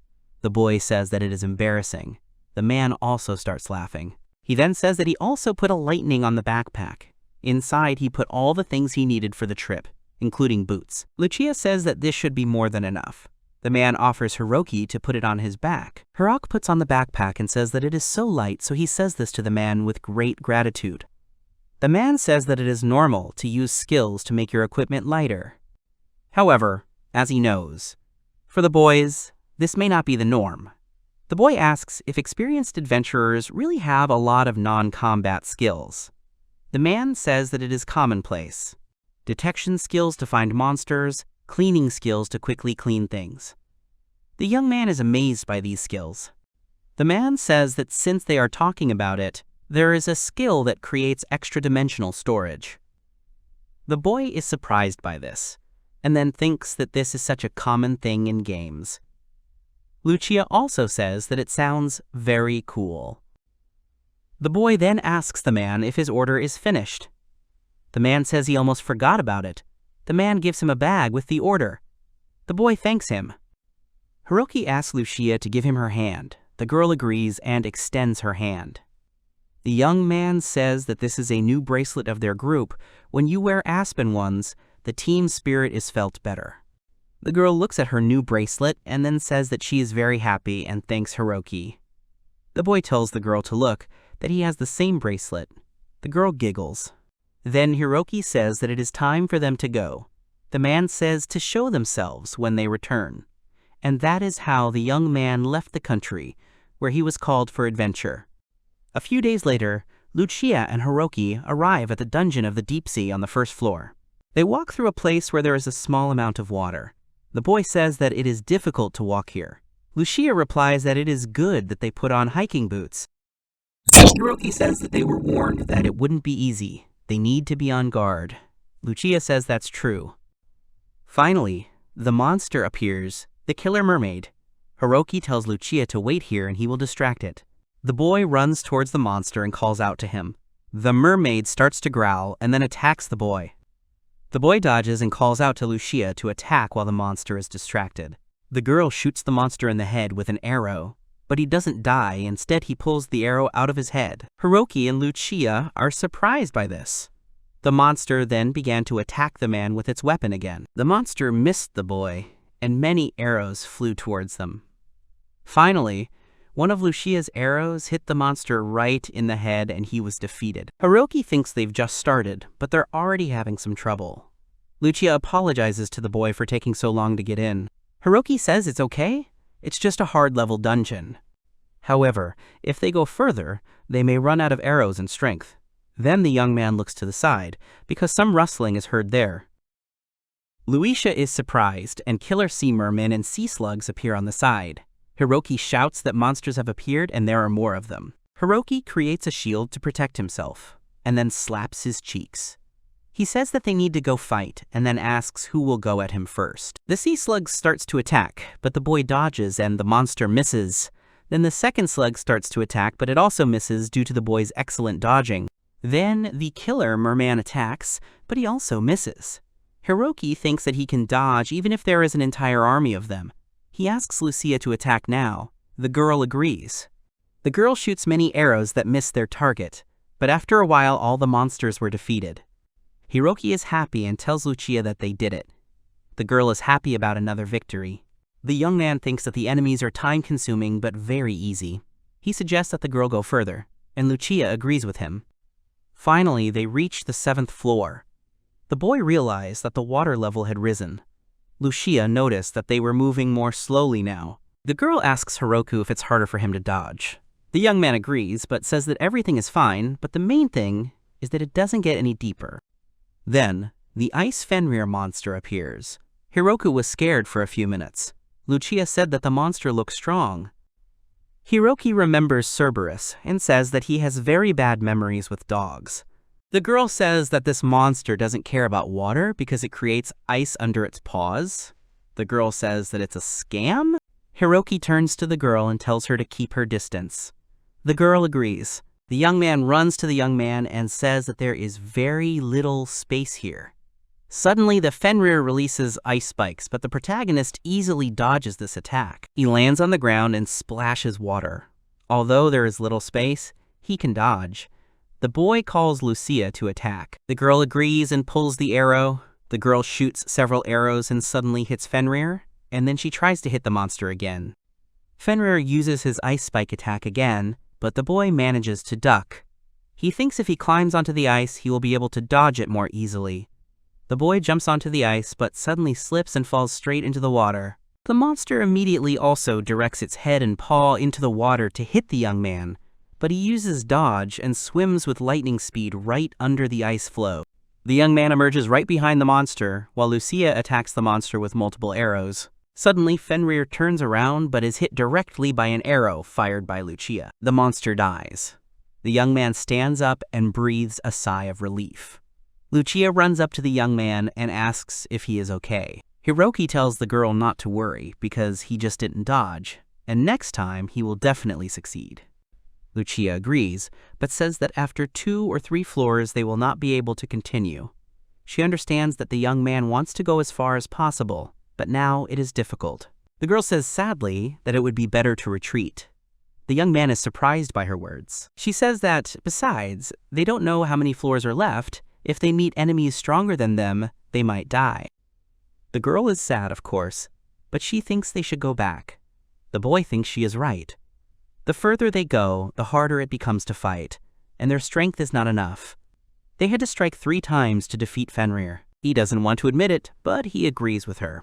He says that it's good and suggests that the girl go back and walk through the sea of trees. The girl agrees. The girl suggests going back to the stairs and drying their clothes. Hiroki looks at Lucia and thinks that the girl is sad, although she suggested going back, but maybe she wanted to continue. Now is not the time to lose hope. That's why he suggested Lucia to become stronger and clear this dungeon. Lucia looks at the boy and then happily says that she agrees with him. They are going to become stronger and come back here. After some time, they arrive at a village near a sea of trees. Hiroki says that now that they have a place to stay, they can have dinner. Then they are brought various dishes. The young man says that it is all just like shawarma. He says that this hot sauce is simply incomparable. He can eat a mountain of such dishes. Then the young man looks at the sad Lucia and calls her by name. The girl shudders. He asks if the girl really doesn't eat that. Lucia says that's not true at all, then apologizes and says she was just thinking. He suggests that they take the food with them. Lucia says that's a good idea. Hiroki realizes that the girl is probably thinking about the incident in the dungeon. That night, the young man wakes up and realizes that it is still night outside. He pours himself some water and thinks that he hasn't slept well. It's because he's worked so hard on the raid. He wonders if Lucia is okay. Then the young man looks at the girl's bed and sees that it's empty. He wonders where she is. The young man thinks about what the girl has been thinking about all day, and then realizes that she really went into the dungeon. He runs out of the room and tries to figure out where she went. He remembers that the girl suggested that they retreat, the way she said that they don't know how many floors are left, and also that if they fight enemies stronger than them, they might die. He remembers her sad face and reproaches himself for what if he had realized it earlier. He mentally calls her name. Hiroki thought that because they returned from the dungeon early, Lucia might think it was her fault. If he had been more attentive, this would not have happened. He tries to find Lucia and does not understand where she is. Then the guard at the wall heard a knock at the door. The man asked the boy what had happened since it was so late. Hiroki asked if the man had seen an elf there. He answered positively and added that if it was her. At this time, the girl tried to kill the local monsters. She hit, missed, and hit again. Suddenly, the monster crashes into a tree, and the girl begins to fall from the branch she was on. At the moment of falling, Hiroki manages to use the shield in time. The girl comes to her senses and is surprised that there was a shield. Hiroki calls the girl by name. The young man asks if she has been hunting just now. He asks her not to leave so suddenly because he is kind of really worried. Hiroki asks the girl if she really still thinks about that dungeon. The girl is sad and says that if she was stronger, they would have passed it. The boy smiles and asks her if she remembers what she told him when they united. She said that they would make decisions together. He says he was very happy to hear this because he wanted her to share everything with him, because they are a team.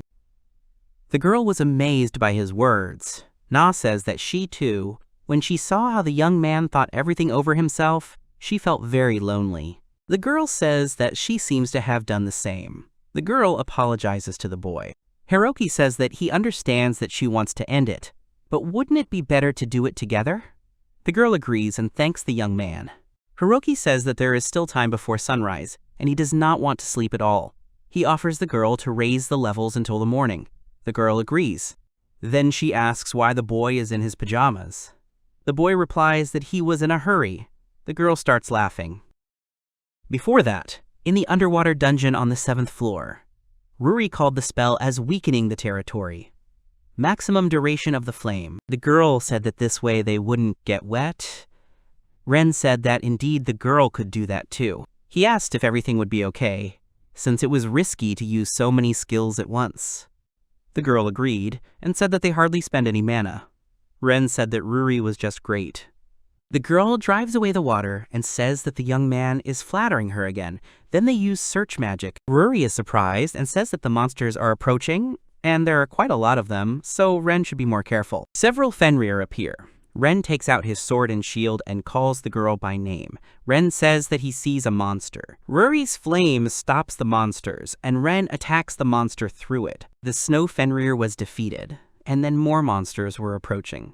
Ruri used wind magic to destroy the approaching monsters or just delay them. Ren held them back with his shield and then tried to dodge its paw attack. After he held the monster back, he struck it with his sword. Finally, the snow Fenrir was defeated. Ren says that they moved using ice, and he was very surprised by this. Ren says that Ruri's magic is just incredible. The girl does not listen to him and asks how his wound is. They have a lot of potions with them and if they are needed. The young man thanked her and said that he was fine, because he could heal such a wound himself. Ren had a passive regeneration skill. Ruri said that she understood, but if he was in pain, he should speak up right away. Otherwise, he always endured. Ren agreed. The girl thinks that because she is standing behind him, Ren never dodges. The boy says that there is no need to worry, and he is fine, because he has regeneration, and the girl knows about it. The girl says that she knows about it, but he still feels pain, so he should take better care of himself. The young man agrees and apologizes to the girl. Ren thinks that at such moments he remembers him, their friend with whom they were separated. They then arrive at a staircase on the 12th floor. Ren suggests they rest here. Ren says that they have walked a lot and he is even tired. In his world, he did not train so much. Ren tells Ruri that she played sports in their world. The girl says that it is not exactly a sport, but she learned archery and horseback riding. Now the young man understands how the girl managed to saddle the horse so quickly. He likes people who don't waste time. The girl says that she just wanted to do something.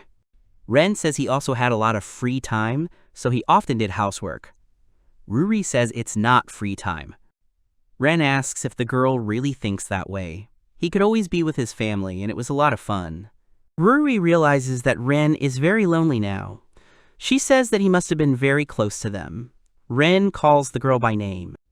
She says it's not that she wants to meet her family, but she likes living with them in this world better. Ren asks if the girl really likes it here more than in Japan. Ruri says that he has faced difficulties here and does not see much good, but for her it is the opposite. The girl says that she likes it here better because she has Ren and Hiroki. The girl has a family whose interests she has to put above everything else, that's why she didn't have any friends. Ren thinks her family was either afraid of her or wanted to use her influence. Ren says it was much harder for the girl. She says that he is probably the only one who understands what it was like for her. Now they only see him as a hero. Sometimes he wonders how they would treat him if he had been born one. And yet he understands how much the girl values them. That's what makes him happier. Ruri thinks that she didn't tell him about her family, but they understood everything without that, and are always with him, even if she doesn't ask. Ren asks Ruri if it matters what world they are in. Ren says it doesn't necessarily matter in this world, but even after they return to Japan, the three of them will remain friends. The girl was amazed by Ren's words. She agrees with his words. Ren says that if he is with her and Hiroki, even in Japan, they will have fun. He asks if that is really true. Ruri says that if the three of them are together, they can do anything. He says that when they return, they will say goodbye to the king who is simply using them. Ruri agrees with him. The boy then coughs and clutches his chest. The girl calls him by name, but he apologizes and says he just choked. He laughs and apologizes again. Ruri remains silent, but Ren says it's okay. The boy continues to squeeze his chest, and Ruri turns around and says she'll go wash up. Then she will come back and fix her armor. Ren asks the girl to beware of monsters. Ruri says that everything is fine and she sees them. Then Ren waits for the girl to leave, and then he begins to writhe in pain and his entire body is pierced by sharp, stabbing feelings. Ruri thinks that he is probably in pain because of the curse. However, as long as she is around, he does not show his weaknesses. The girl stands behind the wall and calls the young man stupid and says that she is worried about him because they are friends. Hiroki and Lucia come to the path that connects the continents of Rokat and Demons. The girl hits another monster, and the boy is happy about it. Lucia says that she finally managed to hit the enemy. She apologizes and says that it took some time. The young man says that there is nothing to be done, because nothing can be seen because of the fog. Although there are fewer monsters here than in the dungeon, so it's nice to be able to defeat the monsters and move on. The girl agrees, and says that the monsters here are a bit weak. It looks like they won't have to worry about running out of potions. And it would be risky to go through the dungeon without potions. The fog makes it hard to navigate the map. It looks like it won't be of any use. The boy says that he thinks they are on the right path. According to the map, they will reach it soon. The boy does not notice the abyss he is walking into. Then he starts to fall, and Lucia screams, calling Hiroki's name. He starts falling and thinks he can't even see the ground. He yells to set durability to 1 hit and then uses his shield. The boy uses the shield and falls. The boy starts coughing because he is so scared. He sits down on the grass and then looks up and says, "Did he really come straight from there?" Lucia calls the boy's name from above. Hiroki calls Lucia's name.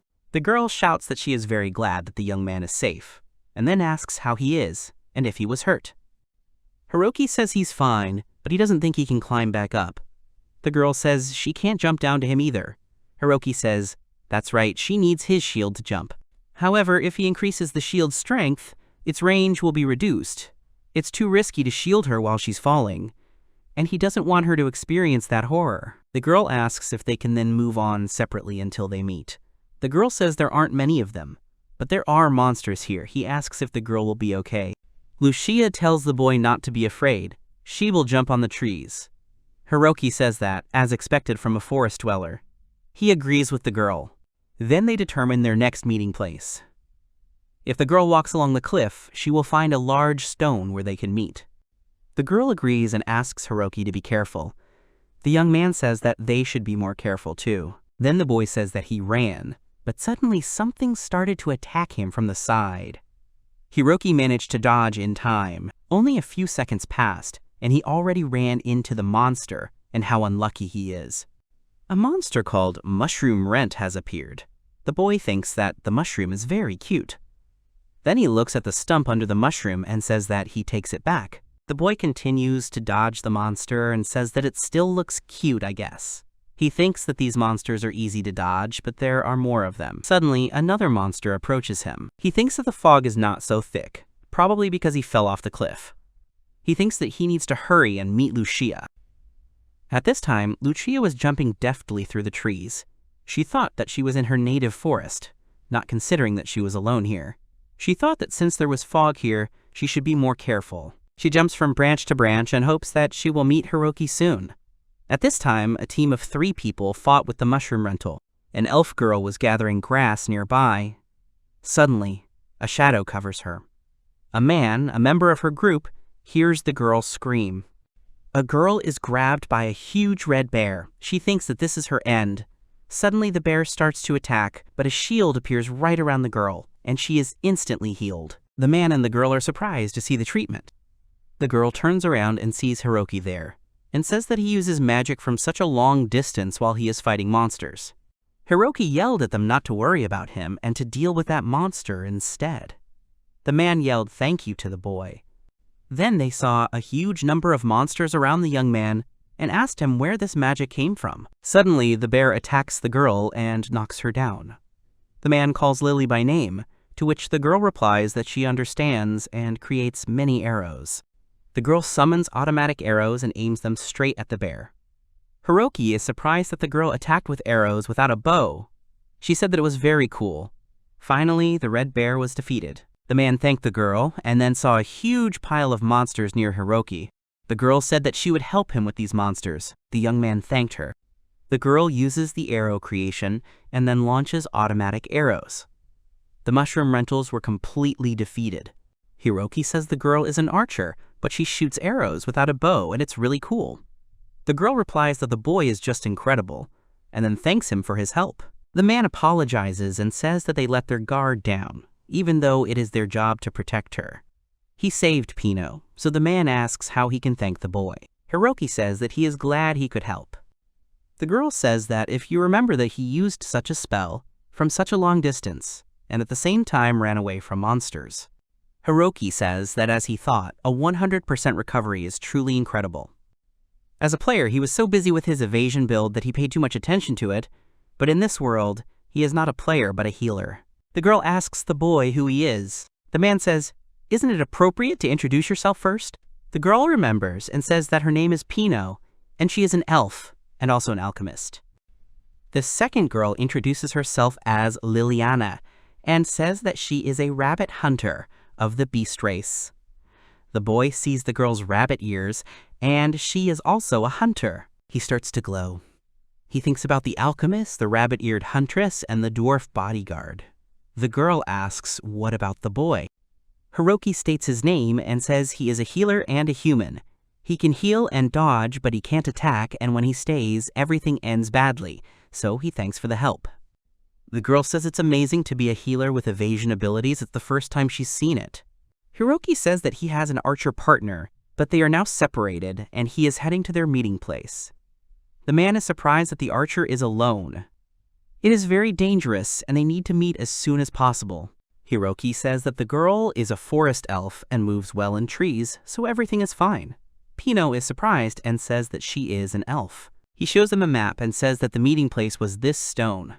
The girl says that it is a bit far away, and the map is all torn up. Pino then says that maybe they can take the boy there as a reward for saving her. Hiroki says that it would be great, because he is still not sure that he will be able to avoid the attacks of every monster, because there are more of them than he expected. The girl with bunny ears asks if the boy is really saying that after dodging 10 mushrooms. Hiroki starts laughing. Pino asks him if she can have these mushrooms for lunch. The boy says yes. The girl says that it is so much and some more materials. The girl says that the mushrooms that grow on the mushroom farms do not disappear when he defeats them. Hiroki asks if she really intends to eat those mushrooms. The girl says that they are very tasty, so she offers Hiroki to try them. The young man says that the girl is right and it all looks like a regular mushroom, and they look exactly the same.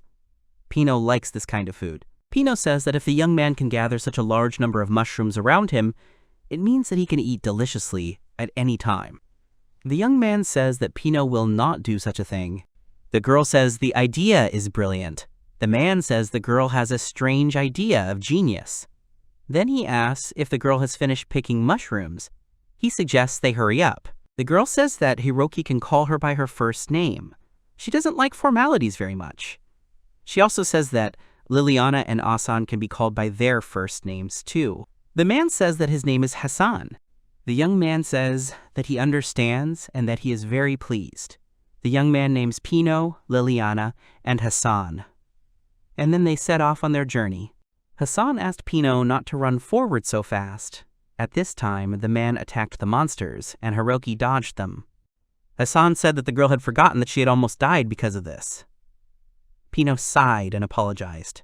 She said that she could not resist when there were leafy grasses here. The girl asks them not to be afraid. Thanks to Hiroki, they have a shield, and she is no longer weak. Now she is simply invulnerable. The man shouts at the girl not to waste his shield. The girl says that she is wasting it. Hiroki said they were just a funny couple. Liliana said she agreed, and Hiroki used shield after shield. After a while, Hassan told Hiroki that they must be near the stone. The fog finally cleared, so they could see the great tree. Hiroki asked about the great tree. Pino asks the boy to look up. The boy looks up and suddenly his eyes start to sparkle. He sees an incredibly huge great tree of another world.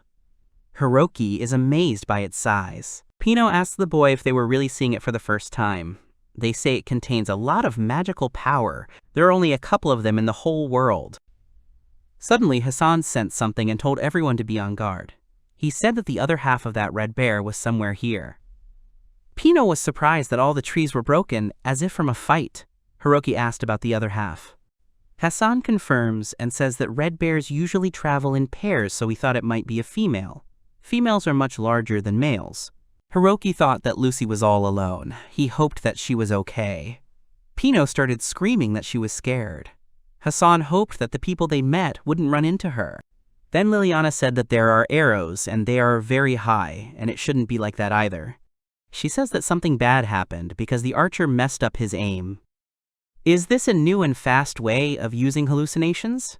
Hiroku started screaming, and then said he thought the bear had attacked my partner.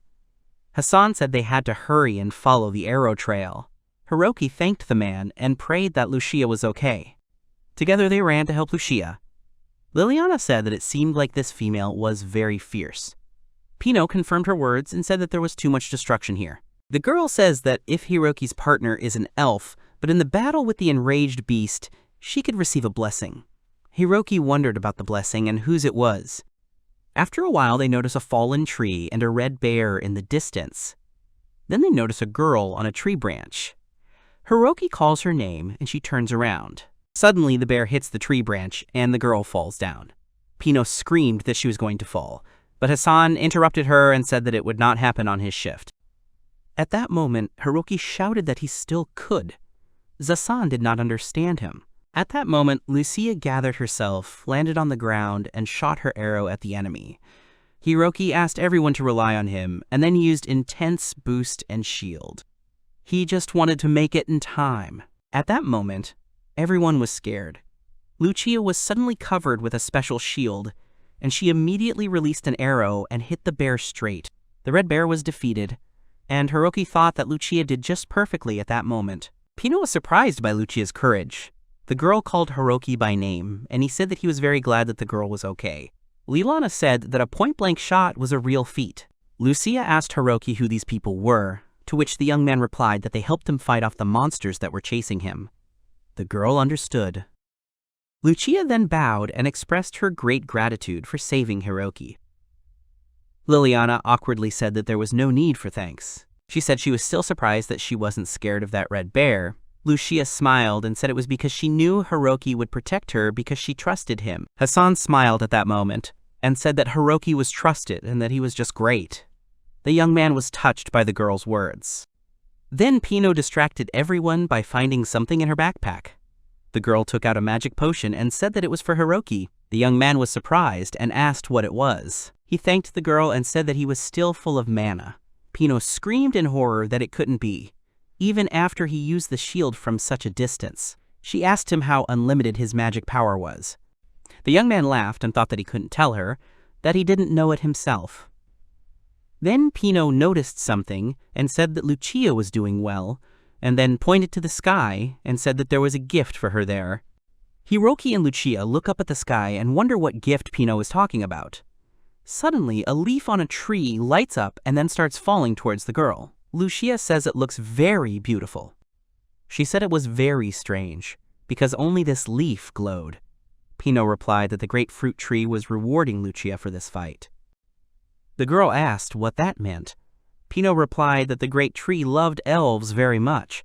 Hiroki understood what Pino had meant when she said that Lucia could receive a blessing. As expected from another world, everything was different here. Pino said that this leaf is very valuable, so she should treasure it. The girl also said that if Lucia made an arrow out of the leaf, she would kill everyone with one shot. But there would only be one arrow, so she should think carefully. Lucia laughed and said that now she had a trump card. Hiroki said that it was very cool, and he wanted one too. Pino said that even if he took one, it wouldn't shine, so it didn't make sense. Lucia looked up and said that the fruit tree was just fine. She thanked him for giving her one of his leaves. IT would be her good luck charm. Hiroki asked if there were trees that loved humans. Pino replied that there were very few such trees in the world, and that they all loved elves. Although she heard that there is an elf who is called the Elf of the Great Trees, and this could mean that there is an elf who is loved by the trees more than others. Hiroki asked about the Elf of the Great Trees. Lucia replied that from the rumors she knew, that was his name, but she didn't know why. She then asks Pino, but the girl replies negatively and says that it is still a mystery whether there is such an elf or not. Then Pino said that it was getting dark and then suggested that they spend the night there. Hiroki said why not. Soon, Hiroki and Lucia take out a tent from their luggage. The young man says that the tent is simply wonderful. He looks inside and thinks that it is unlikely that they will both fit in there, even though it is only a portable tent. Then he thinks about him and Lucia. Even if it's normal in games, he forgets that Lucia is already a woman. And is it normal that they will be alone? They have already slept in the same room, but it's a small tent, and they will definitely accidentally touch each other. Lucia settled into the tent and said that it was very comfortable. The young man agreed with her and thought that everything seemed fine. Meanwhile, Hassan is also trying to assemble his tent. Hiroki says that the tent is getting bigger, and Lucia adds that it is just like her bow. Hassan said they made the tent material smaller using magical stones. Liliana adds that they had to work hard to find these stones. Lucia says they still have a long way to go, so she thinks she'll start collecting them too. Hiroki agrees with the girl. Pino says to look at everything.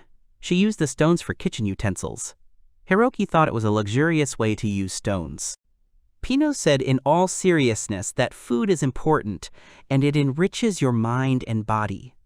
Hiroki agreed with the girl, and Lucia laughed at this. Today's lunch would be mushrooms from the mushroom leases she got from Hiroki, and the meat of the ferocious boar they caught yesterday.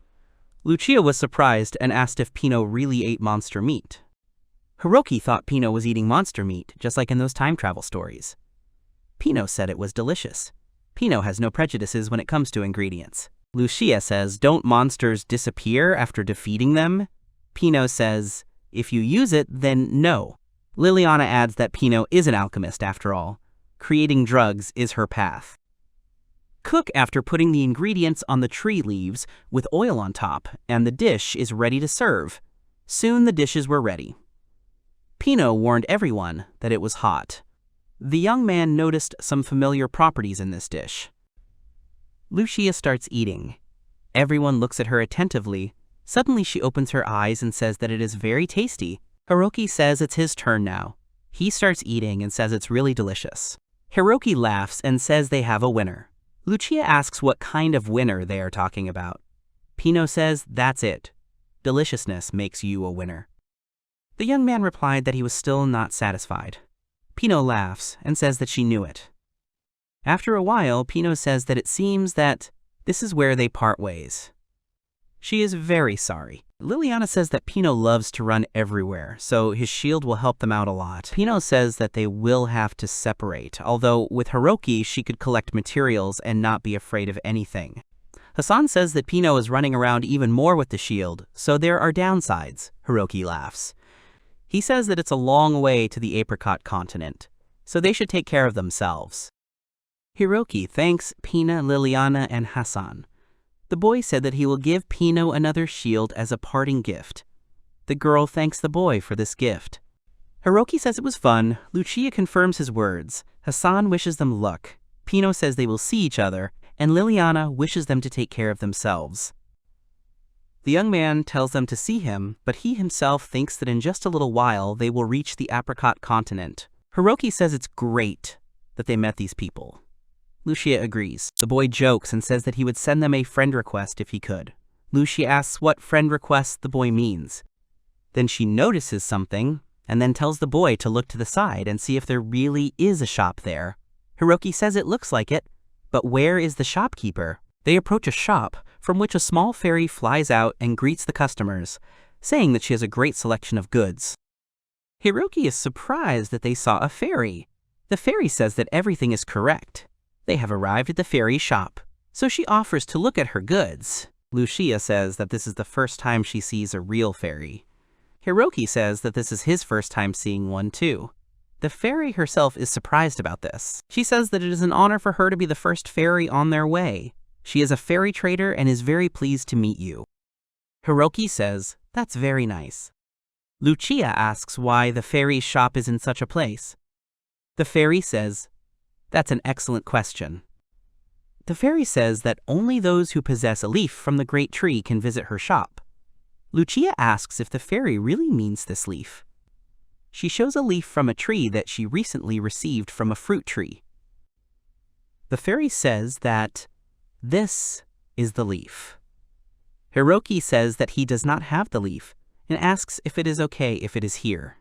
The fairy says that with the owner of the leaf, he can come whenever he wants. Hiroki thanks the fairy for this permission. Lucia says that in that case she asks permission to look at the goods. The girl asks what this equipment is for. The fairy says that it will give them a good buff and costs about $1 million. Hiroki stands in shock and says that it is very expensive. Lucia says that she won't be able to buy it, and Hiroki is very depressed at this time. The fairy says that it is actually one of the cheapest goods. She asks to come back when they are experienced adventurers. She also highly recommends making magic bags. Hiroki asked what making magic bags means. The fairy explains that it is a specialty of fairies. She will enchant their bags with spatial magic, and then there will be a surprise. The fairy says that they will become owners of magical bags that can hold many things. Hiroki says that he wants this bag for himself. Hiroki thinks that this is usually called inventory. It's the same as the item boxes in the games. You can carry a lot of stuff around with you and still be barely dressed. Pino's group uses magic stones to shrink things. With such a bag, he would be spared the need to do something like that. In addition, his luggage would be lighter, and it would be easier for him to dodge enemy attacks. Although his backpack has a weight reduction feature, it still has its own weight. Hiroki wants this bag for himself. The fairy says that, as expected, the boy has a keen eye. In honor of their first meeting, she will enchant their bags for only $1 million. She boasts that she is very generous. Hiroki falls down and says that it is so expensive, and he does not have that kind of money. Lucia says that it is an unaffordable luxury for them. Hiroki really wants to have such a bag right now, since he has just started on the path of a healer with evasion, but he has no money to pay for it. He thinks about what if he puts up for exchange something made in Japan. He starts rummaging through his backpack and turns to the fairy merchant. Maybe she would be interested in these things. Lucia and the fairy looked at the young man attentively. The young man lays out things in front of him: a mirror, a handkerchief, a notebook, and a ballpoint pen. Then he wants to continue, but the fairy asks what this cute little thing is. The boy asks if the fairy is really talking about the handkerchief he received from Ruri. The fairy asks if the boy really has such a wonderful handkerchief. Its quality definitely surpasses the technological level of this world. Even by Japanese standards, this product is one of the highest quality. Lucia says that this scarf is so cute. The fairy holds a handkerchief in her hands and says that if the young man gives her this handkerchief, she will make him a magic bag. Hiroki immediately agrees. He is surprised that the fairy has agreed. Lucia asks if the young man is really sure of this. The fairy at that moment was happy and screamed with happiness. Hiroki says it's okay. If they have magic bags, it will speed up their progress.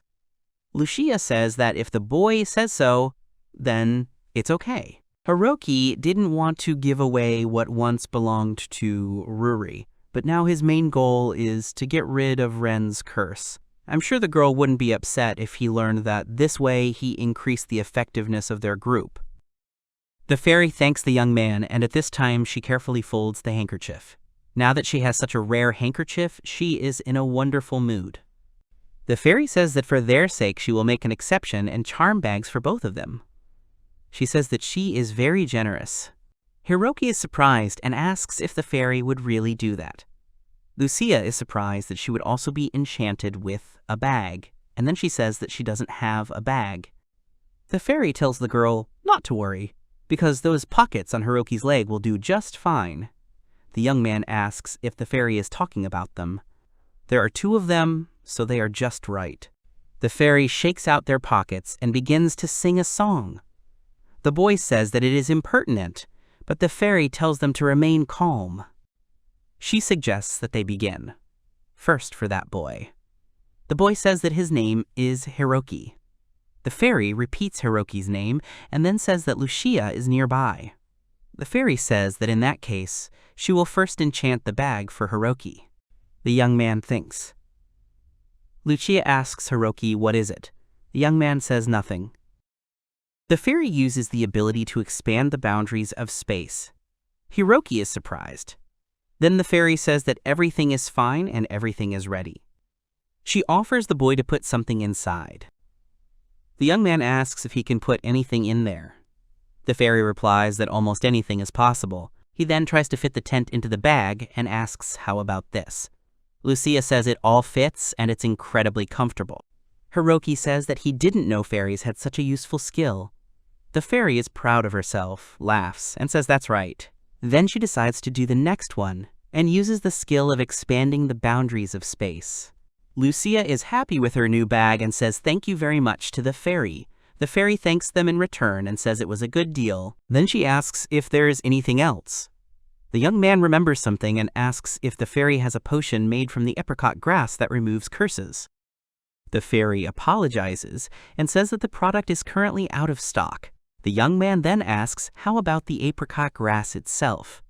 The fairy says that if she had such a herb, she would have prepared a potion long ago. She does not sell the apricot herb unprocessed. The young man understands and then says that in any case he has no other valuable things on him, so he will have to get it himself. The boy says there are other ways to pay besides money and things. She thinks about what she should ask for. Hiroki thinks that he suddenly gets goosebumps. However, if it is to save Ren, then he is ready to do anything. His body tells him to run away from here, but his mind asks him to stay. He says that he will do everything in his power. The fairy asks if this is really so she will look forward to their meeting. She has shops in other places. She will ask them for something as soon as she has the potion in stock. The young man says that he is counting on the fairy. Lucia also thanks the fairy merchant. The fairy tells them to see each other soon. Lucia says that it is the first time she has seen a fairy, so she is simply delighted. Hiroki agrees and says that she is bigger than he imagined, so he passes the Sea of Trees. After a few days, they finally arrived at the continent of Apricot. Lucia is delighted to see the huge mountains in front of her. They notice a city in the distance. The girl suggests looking for information about it there. The young man agrees and suggests looking around there. After some time, they come to the continent of Apricot, a city north of the Sea of Trees.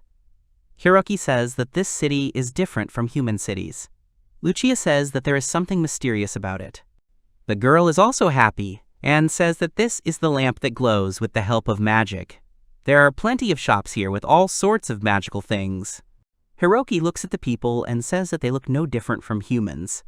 It seems that this country is more peaceful than he imagined. Is it really necessary to defeat the Demon Lord? It feels like it would be easier to get along with the Demon Lord than with the human king himself. Although he still has no idea what this Demon Lord looks like. The young man suggests finding a hotel first. The girl agrees with him. Then they arrive at the Weathervane Inn. The boy asks about Liko. The girl says that everything is correct. In Paisnot it is Lata, and in Apricot it is Liko. Hiroki is surprised that there is a different currency here. Lucia remembered that people were talking about it. The boy is upset. Lucia apologizes and says that she forgot about it. The girl says that they can exchange money at the Adventurers Guild. Hiroki says that they just have some business at the Adventurers Guild, so he suggests that Lucia go to the Adventurers Guild. After some time, they arrive at the Adventurers Guild. The girl at the reception desk welcomes the newcomers. Hiroki says that he would like to exchange lots for Liko and ask her about the apricot grass. The girl says that the current rate is 0.8 to 1. For example, by exchanging 50,000 Lata, they will receive 40,000 Lata. She asks if they want to exchange money. Hiroki is surprised and thinks that it feels like he will lose on this operation. He thinks that it depends on the prices of goods in Apricot. The young man agrees to exchange money. The girl says that as he wishes. Then she says, what about the apricot grass? Unfortunately, it is a very rare grass. Even their guild does not have any stocks of it. The young man says that he wants to make a curse-removing potion from this herb, so he politely asks to tell him where he can find it. The girl explains that there is no specific place where this grass grows, but they have some guesses. The young man asks what guesses the girl is talking about. She agrees and says that this herb grows in places with a high concentration of magical power, but there is no guarantee that you will definitely find it there. The young man says that he understands. The girl opens the map and says that places with high concentration of magical power are mountains, rivers, lakes, and forests. There is no information about the apricot grass being underwater, so either mountains or forests remain. There is much more magic concentrated in the mountains, but the monsters there are also much stronger and more dangerous, so people don't often go there for materials. The magical power is weaker in the forests, but the herbs are most often collected there. Hiroki realizes that the concentration of magical power is higher in the mountains, and the monsters in the forests are not as dangerous. Another girl who just approached gives a positive answer. She apologizes for disturbing him and asks if he is Mr. Hiroki. The boy says that he is. She is happy and says that she was right. Recently, someone was also interested in this herb, so she thought of the boy. She says that they asked to tell Mr. Hiroki that they are going to the mountains. The boy understands that it is from Ren. The girl says that it is true. The boy thinks that they can split into 2 groups and agrees to go to the forest. The boy agrees and says that they can go there. Then the girl says, "What about the potion to remove the curse?" They will need the help of a first-class alchemist to brew the potion from the apricot grass. The young man is surprised. They realize that they had not taken into account that there must be someone capable of such a thing. The girl says that alchemists are not studying in the guild, so the guild will not be able to help them. The girl asks if they have any alchemists as friends. Hiroki thinks about his alchemist friends and then remembers Pino. He thinks if only he could send friend requests. He is not sure if Pino is a first-class alchemist, but perhaps she knows other alchemists who are more experienced. Lucia agrees and says that they did not ask them where they were going. The guild girl says that they can still try to hire an alchemist through the guild, so they shouldn't despair. Hiroki says the girls are right. He asks them to put up an ad. Lucia says that if at least one alchemist shows up by the time they find the apricot herb, everything will be fine. The young man agrees and tells the girl to start searching. The girls from the guild show a point on the map and say that this is the place where the herb is most likely to be found. The deeper they go into the forest, the higher the concentration of magic power, but the monsters there are also stronger. They are warned of the possible risk, so they go there. In the end, they decide to go there. After some time, the heroes come to the cabbies exchange. The hero sees demons, beastmen, and elves. The young man understands that there are representatives of many different races here. Lucia says that in the capital of Paysnot, you rarely see anyone other than humans. Then the young man is surprised again and calls Lucia by name. The girl asks what is going on. The young man shows an unusual animal and asks what it is. Lucia says that this animal is called Pakara. He asks if they are really harnessed to carts like horses. The girl agrees. Lucia says they are very fast, but they need to be booked in advance. Lucia asks him to be careful. The children are frolicking near these animals, but the man asks them to move away from the animal. Lucia says they are cute but quite aggressive. Peckers do not allow strangers to approach them. After that, they got into the cart to the apricot forest. The young man thought about it while they were still riding in that cart. But spending a whole day on wheels is a tough test. Lucia says there's nothing to be done. Carts are all like that. The boy thinks he now appreciates the technology of his world. He misses that comfortable level of rocking. Lucia says that if he is uncomfortable, why not use the pillows he recently bought? The boy agrees. Lucia says that she will take one for herself too. Hiroki says it's comfortable, but not that comfortable. He hopes the ride won't be long. After a while, Lucia will be the young man and says that they have arrived at the place. She says that the young man slept very soundly, despite all his complaints. The young man answers whether this is really so and says that it is very fast. He rubs his shoulder and says his whole body is stiff. Lucia says it's because he never changed his position while he slept. The young man apologizes for the wait, then remarks that it is already evening.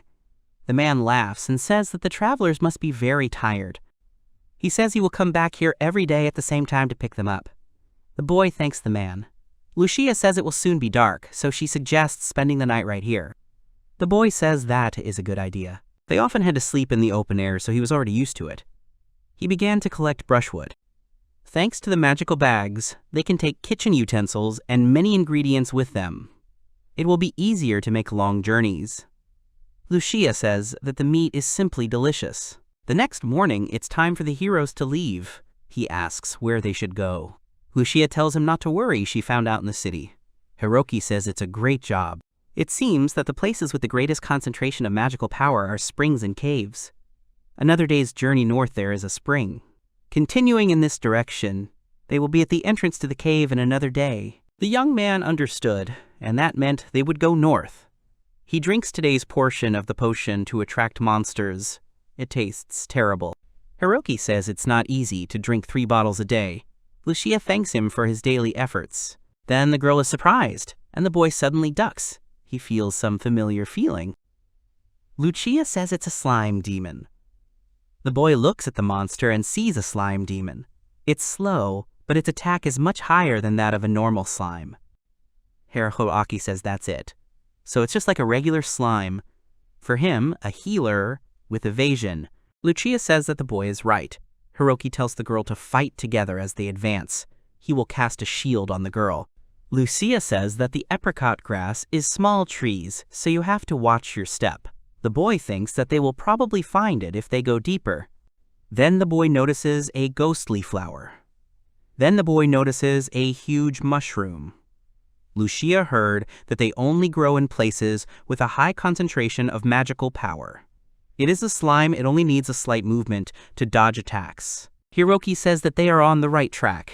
Then a slime demon and an orc demon appear. The youth says that monsters think that having the word demon in their name will make them stronger. Then he notices that the orc can use magic. Lucia says that maybe it's because they are demons. The boy then thinks about the monster's magic and how this is a chance to see if he can evade magic. When he watched Ruri and Tina use their skills, it seemed to him that a mage could choose where to direct the spell. He failed to dodge the spell last time when he was attacked by a flying slime, but he has leveled up since then. He needs to test it out on weaker enemies. The demon orc starts to attack, and the young man realizes that his projectiles are flying very slowly. He decides to use his shield just in case. He also decides to prepare an instant heal. Lucia notices that something is wrong and shouts at the boy to dodge immediately. Hiroki listens to her and moves aside, and the magical clot flies past. He is glad that he was able to dodge. Lucia starts to get angry at the young man and says that he couldn't have dodged the attack much earlier because she almost had a heart attack. The boy apologizes and says he just wanted to see if he could dodge the spell. Meanwhile, the boy continues to dodge the demonic slime. Lucia wonders why the boy wanted to see if he could dodge the spell. Hiroki thinks he just succeeded. When the flying slime fired a spell at him, he was level 1, and his evasion skill was 51 points. Now his level is much higher, and he has pumped up his evasion to 87 points. He says that this is just his guess, but it is possible that dodging spells requires much more agility. Therefore, to dodge advanced monsters, he will need a higher level of dodge. All the monsters were defeated, and the young man wondered if his guess was correct. Lucia apologizes and says that she does not know. She has never heard of anyone leveling up the evasion skill. Hiroki remembers that he completely forgot about this. He is still far from having a perfect dodge build. 2 days later, they reach the spring. Lucia says that the place is very beautiful, and Hiroki says that they still need to find the apricot grass. Lucia agrees, and suggests that they start searching. They look near the bank of the spring. Hiroki says he can't find anything. Lucia says that's bad, and they'll have to stay here for the night. Hiroki suggests they go to the cave tomorrow, and hopes they'll find something there. It was the night of the 4th day in the forest. The young man was trying to figure out where the cave was located. Then he realized that they were lost. They were supposed to come to the cave on the 3rd day of the journey. He thinks that it is worth returning to the source. Lucia asks him not to worry and says that she is on the right path and they need to move on.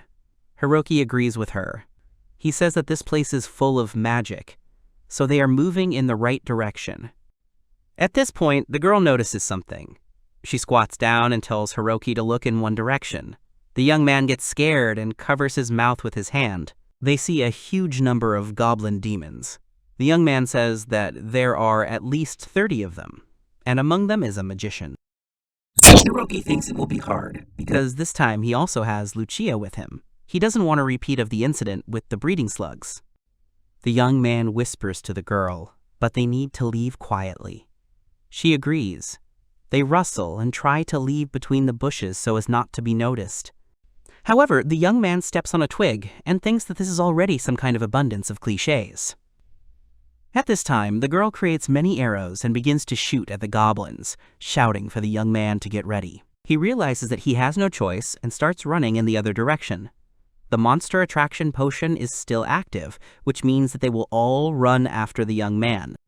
The hero then realizes that the goblins can't keep up with him, so he asks Lucia to shoot them while he runs around in circles. The girl agrees. Then the goblin mage uses magic and attacks the boy. He uses healing and thinks that the goblin doesn't use spells often, so he completely out-heals the incoming damage. Then the young man runs to one place and sees a huge number of goblins there and realizes that they have a whole lair there. The young man finds himself surrounded by monsters.